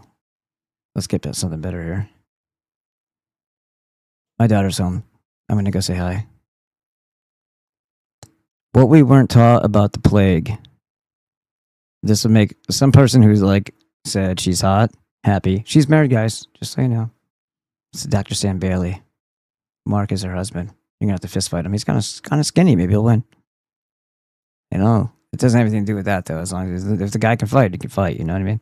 Oh, here, let's go back over here real quick and say, found it. Episode 1880, 52 minutes in. I had the symptoms of smallpox. Flank Slade is awesome, Mervat said. Yeah, he seems like a nice guy. He was always very kind when he dropped in on the show and said hello and stuff like that. Hey Dan, we should probably start expecting new friends to be more anti-serpent than pro-serpent, even with our Jewish friends. Maybe we shouldn't bring this up. Yeah. Saw Slade somewhere a long time ago. Dan, quality over quantity, foundational instead of propositional. You're towing a massive weight. Way of an ox is slow, yet surely more than those ponies can. Well, this is also the thought process behind why when you build all of your muscle with steroids, why people get smaller than they were before when they stop. Because it wasn't real to begin with, and the effort of, although you were, aggressively doing it, you didn't have the foundation of the natural first.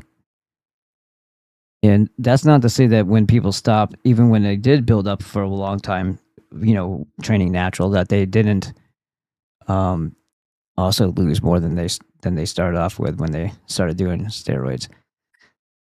Because a lot of times people don't want to continue because it doesn't feel good anymore because they got that high from their basically hitting the nos on their chemicals, their body makeup, and then when they've exhausted that button and the spring is no longer working and the button's stuck down, then they have to have, they're dependent on something for the rest of their life to be injected in them in order to feel not like shit. And the point here is, if you're going for the gains, if you will, or the cloud, or whatever the hell those words are, yeah, you will be speaking to the lowest level intellect in the room in order to get them to and that here's the thing, being simply kind, but speaking at a level by accident that's above people, they'll still not like you, or they'll still tune out. And if the points that you make you're not able to make very quickly, and there's not a lot of, you're not going to get the massive following that other people have. The highly polished, very loud noise, boom, boom, boom, boom, flashing things. This is the reason why they do different camera angles, so that there's a change. There's a difference in scene. It goes from here to here. It's engaging the brain to see movement, emotion, excitement. And so they keep doing that back and forth. They animate themselves. And then it's all about the performance and less about the material. So you're absolutely right. It's a slow burn. And that's assuming that the goal is 100,000 followers or 1 million followers. Is it that? Or is it we save our fucking planet, or whatever the hell you want to call it, our realm, and our children get to live a better life and have a full life without the type of shit that we're seeing coming their way? I think that's a better goal, in my opinion. So the material has to be important because it has to reach the right people, if not all the people. And every time you put it out there, there's another opportunity or another chance that right person or those right people will hear it and something will happen. Edward Snowman, are you not? I thought you were. Maybe it's because I always see the thing. No, you have it. You have the shield. Okay, you are also a moderator. So is Bushmaster. We got all the shields here. That's what they called our people back then. The Gothicarians with the shields.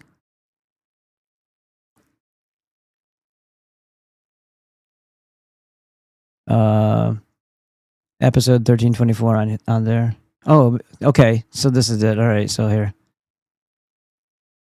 I'm sure that's probably, yeah. Let me go ahead and just. I wanted to share the exact link, but couldn't. It's about the 50-minute mark. Okay, thank you.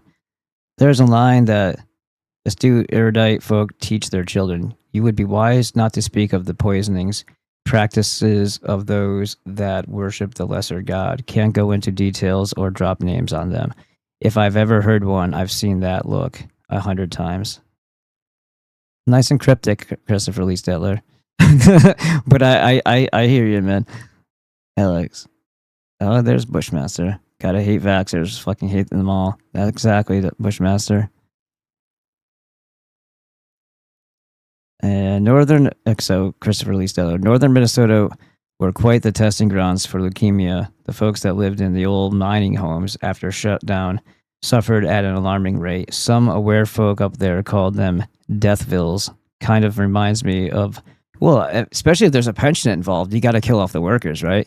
Kind of reminds me of where the beer brewing bikers from Stephen King's Black House lived. I bet you another Hamilton, the securities tech around Monsanto, would feel the same as approaching the Black House at night. Much higher rate of suicide there in the deserted corporate mining villages during those hard negative 45 winters. Okay, so here's something too.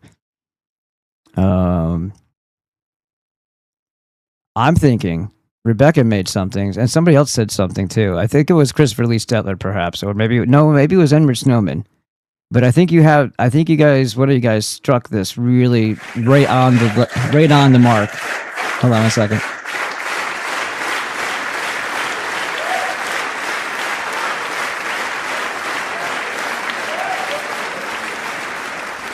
When whoever said it, it made perfect sense to me at the time, but then I thought about it even more. I'm like, wow, that's a good reasoning, and why we should also be more concerned about data centers and every other thing. Because from our understanding of what this corporatocracy has become in the 1871, Incorporation Act or whatever, this makes all the more sense that post Civil War, if the people didn't incorporate in the town, the railroad was actually more like the excuse, but the military was behind them. And then they fucking torched the fucking place and killed everybody who was an adult and then took the children. I would not be surprised that people held out and said, no, okay, okay. It's like, I'll tell you what it's like, Batman. It's like the Joker and Batman. I don't want a war. We'll just shake hands and that'll be it, right? Let's see.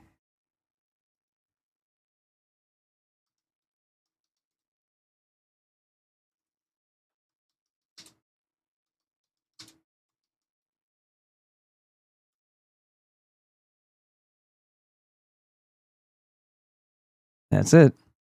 It's kind of a long way of looking at it, but okay, let's see. So, gentlemen, that's how it is. Until Grissom resurfaces.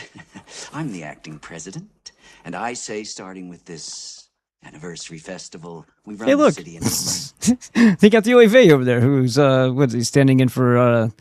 Did he think this is an audition for an Einstein? That's funny. Why don't we hear this from Grissom? Yeah. And what's with that stupid grin? That's the best I get. Huh? Good to me. What if we say no? Oops. Ow. Well, Tony. Nobody wants a war. If we can't do business, why, we'll just shake hands and that'll be it. I just skip like that. Yeah.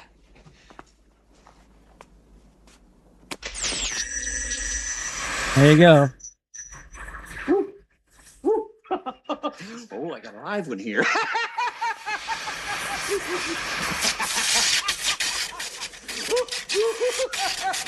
Oh, there'll be a hot time in the old town tonight.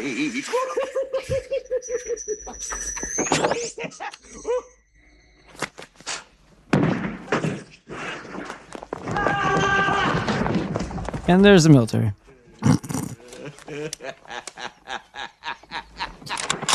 Antoine got a little hot under the collar.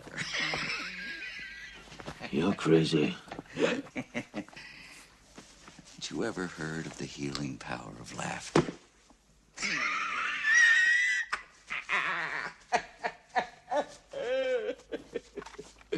Now get out of here!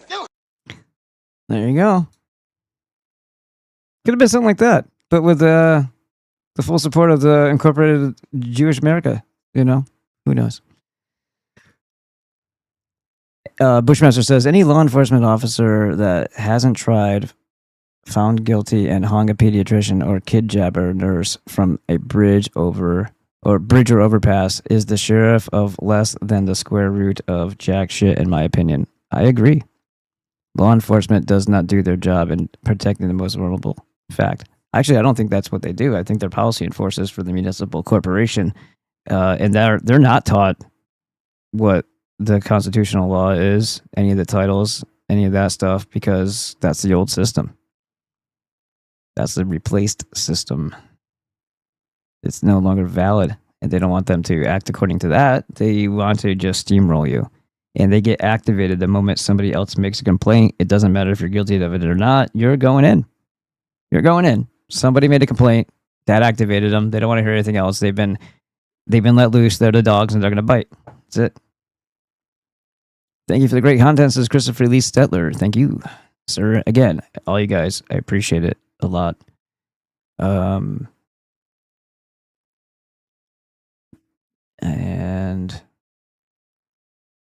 what else have I got for you? I got to give you something so I can go.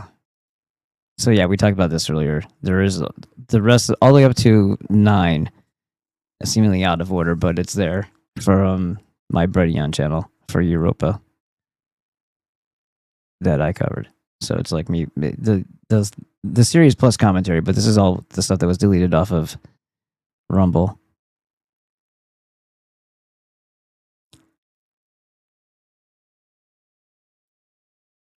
All right, get rid of that one too. And let me go ahead and just play something for you. I gotta go say hello to my daughter. I don't want to take too long to do that. But I want to give you good quality stuff while I'm gone. Give me the date! What does it say? 8 months ago, okay.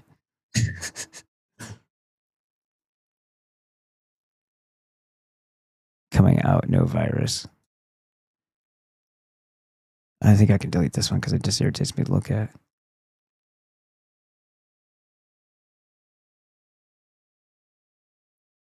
Anti-Christian craft destroyed site. She lost the plot. HT did Spurga. Okay, there's all those things. Yeah.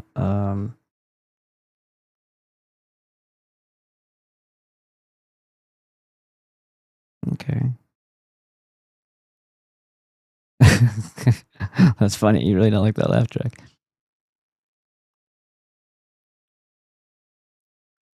Oh, .st? Is that what it is? Let's take a look. We'll try it. All right, I'll try it, but I'm trying to get. I gotta do the hello to my daughter before she gets carried off the bed here. Oh, there you go. That must have been it. I knew there was some weird thing at the end of it. So there you go. There it is.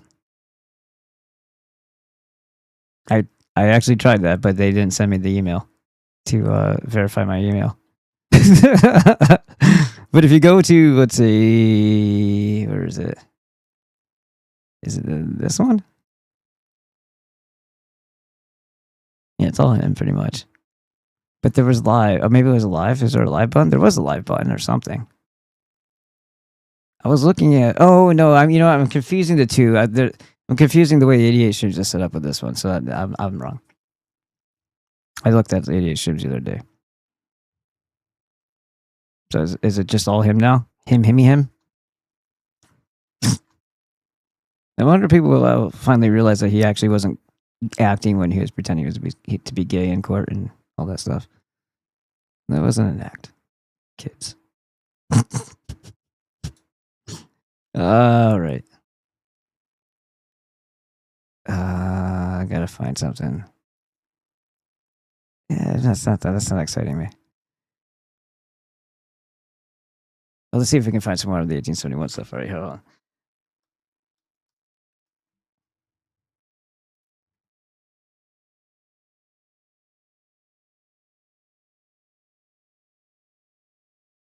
Is it in English? Oh, it's one of those blank ones again, of course. See, I'm telling you, Odyssey's doing something. Oh, never mind. This one's good. A couple of killed me.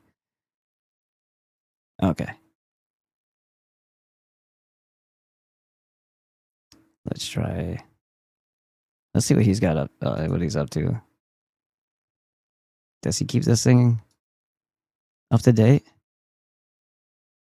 4 days ago. Oh yeah, here we go. PFAS, forever chemicals. We've actually discussed that topic. I would love to know what his take is on that.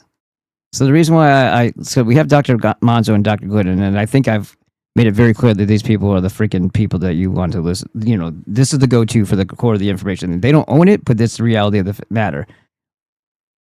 He reinforces that independently on his own because he knows what's going on. And he's a DC doctor of chiropractic.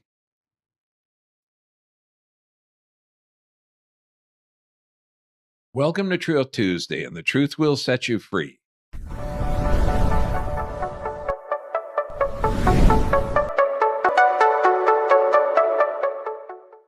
Today, I'm fired up about this episode, and buckle up because the information I'm going to share with you should make you angry, and it will make you angry. Now, I'm going to ask you a question. Go to your kitchen. If you can find a nonstick pan, if your kids eat strawberries, if you own a rain jacket, then you, your kids, your grandkids are being exposed to these forever chemicals. They're called PUFAs. Now, according to the latest research, 99% of all Americans have this substance in their blood, and this is weakening your kid's bones. That means a 12-year-old kid has weakening or less bone density. Now, luckily, your body is built by God, so you can detox. So during this talk, I'm going to show you how to limit your exposure, detox the system, because your body is literally designed to detox and regenerate. So please like this video, share this video with people that you love, hit that thumbs up button, and let's get into it. Now, what are PUFAs? Well, it stands for per or polyfluoroalkyl substances. Now, a family of over 16,000 man-made chemicals. These chemicals have been made since the 1940s.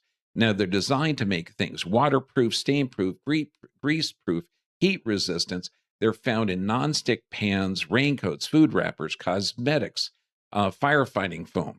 They're literally called forever chemicals because the ultra-strong carbon fluorine bond. Now, one of the strongest chemicals in the chemistry industry. Now, they do not break down in the environment, and they do not break down in your body. They just keep building up. And this is why the CDC says that these PUFAs are found in 99% of Americans tested. Think of it like glitter. Once it gets in your body, it's nearly impossible to get out. Now, the widespread contamination. The U.S. Geologic Survey did a study, and they found out that 45% of all tap water in the U.S.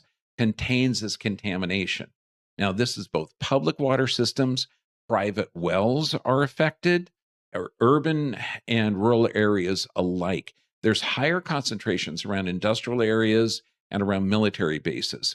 And also it's found in soils, rivers, lakes, even rainwater worldwide. And with 99% of Americans having these PUFAs in their blood, this isn't isolated. It's a constant exposure.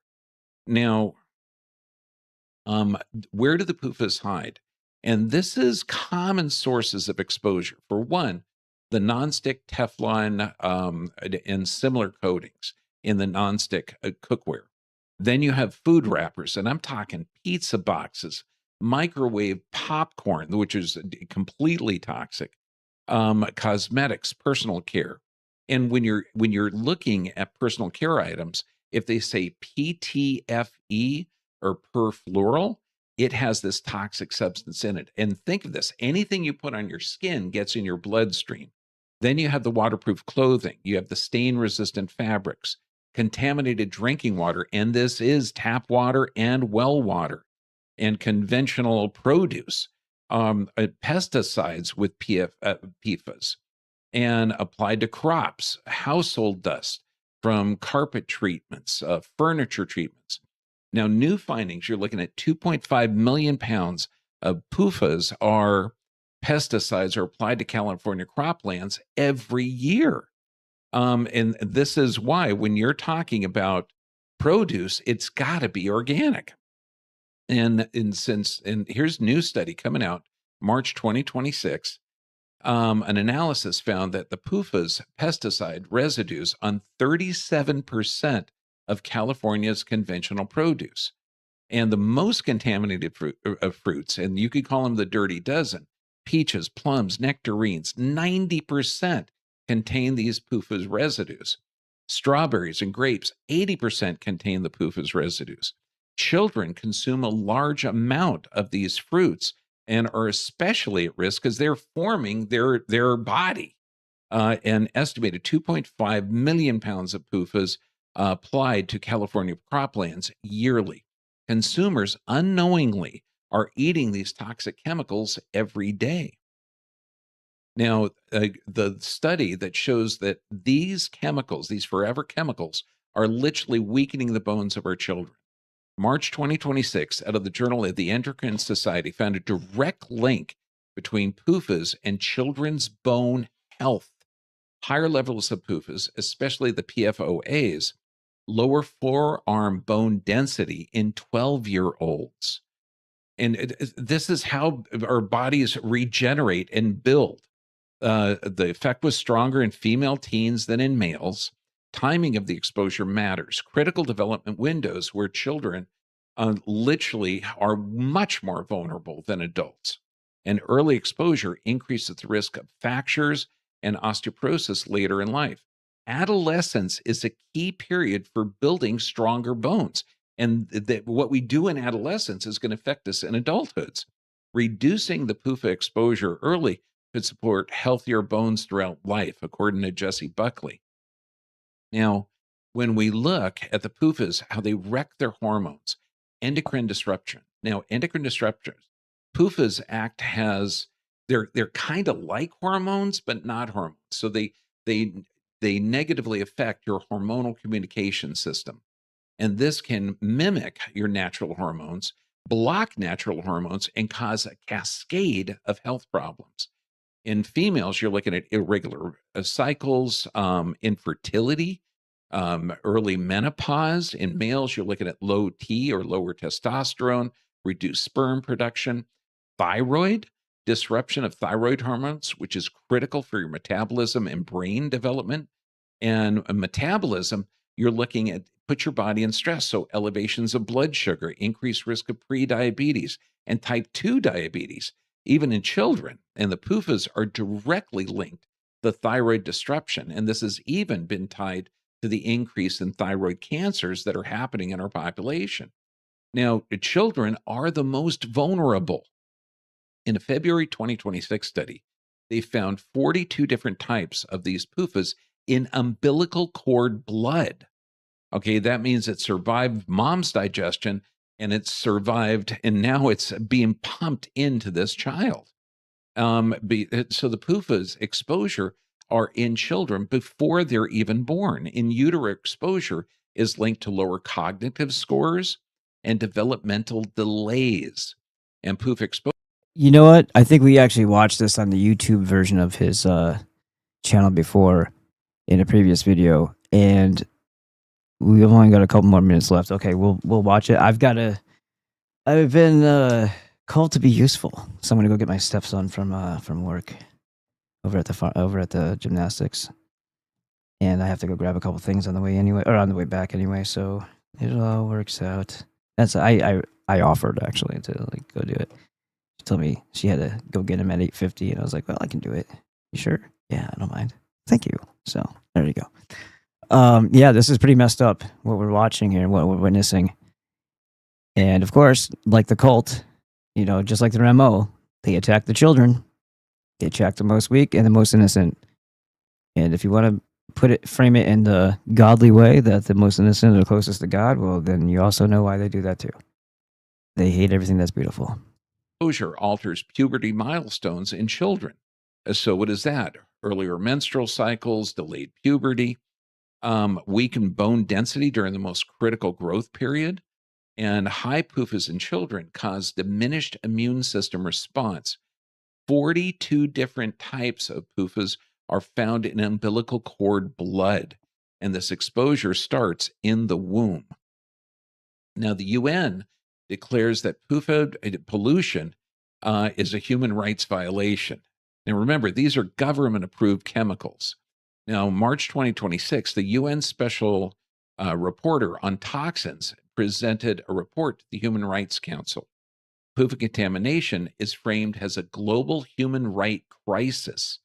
You're exposed to this toxin without the knowledge of it. And this widespread PUFA pollution violates the right to health, the right to clean water, and the right to a healthy environment. The UN has called out contamination in North Carolina as a human rights violation. International pressure, thank goodness, is growing on governments and corporations like DuPont and Chemours. So when we look at the simple steps, so the contamination is everywhere, it's worldwide, and it's negatively affecting our health and our brain formation. So what can you do today? Number one, filter your water. Reverse osmosis is excellent. Get an activated carbon filter certified for the PUFA contamination. Ditch your nonstick cookware. Okay, switch to stainless steel, cast iron. Okay, but look at the source of cast iron. Make sure it's going to be U.S. formed. Glass or ceramic are all safe. And then choose fresh whole foods. Avoid the packaged foods. Avoid fast foods. Avoid with grease-resistant wrappers. That's literally toxin. As much as I'd like to finish this, we have watched it in the past, so I don't feel nearly as bad, but you know where to find it. It's Adaptive Physiology with Dr. John Bergman, or it says Dr. Bergman here, but you'll find that. As far as I'm not already following. Well, because I don't go on Odyssey usually. But yeah, you'll find it on YouTube as well. So I'm going to have to head out here. And let me do my recap here, my cap. Thank you for all of the hatred. I appreciate it, everybody. And for all the love, the hatred. I appreciate let's take a look at let's go scroll down, because right here, it's the same link that you'll find on my site with the picture, right? But it's code BB5, the 90 essential nutrients. It's all listed here. The whole food multivitamin, the Alaskan cod liver oil. Make sure you get the 1,200 milligram for yourself, and the 415 if you want your child to take it. The Fulvic-Humic energy blend, which is all the minerals that we talked about in the very beginning here, which is, well, I guess it was yesterday when we talked about Andrew Kaufman and his shilajit bullshit. That's triple the cost and half the amount. And when the active ingredient is literally the Fulvic-Humic energy blend, and that means shilajit isn't 100% that thing either. So anyway, IP6 Supreme with inositol. This is it right here. I get the powder form. I recommend that. And I'm also recommending the core copper. Okay.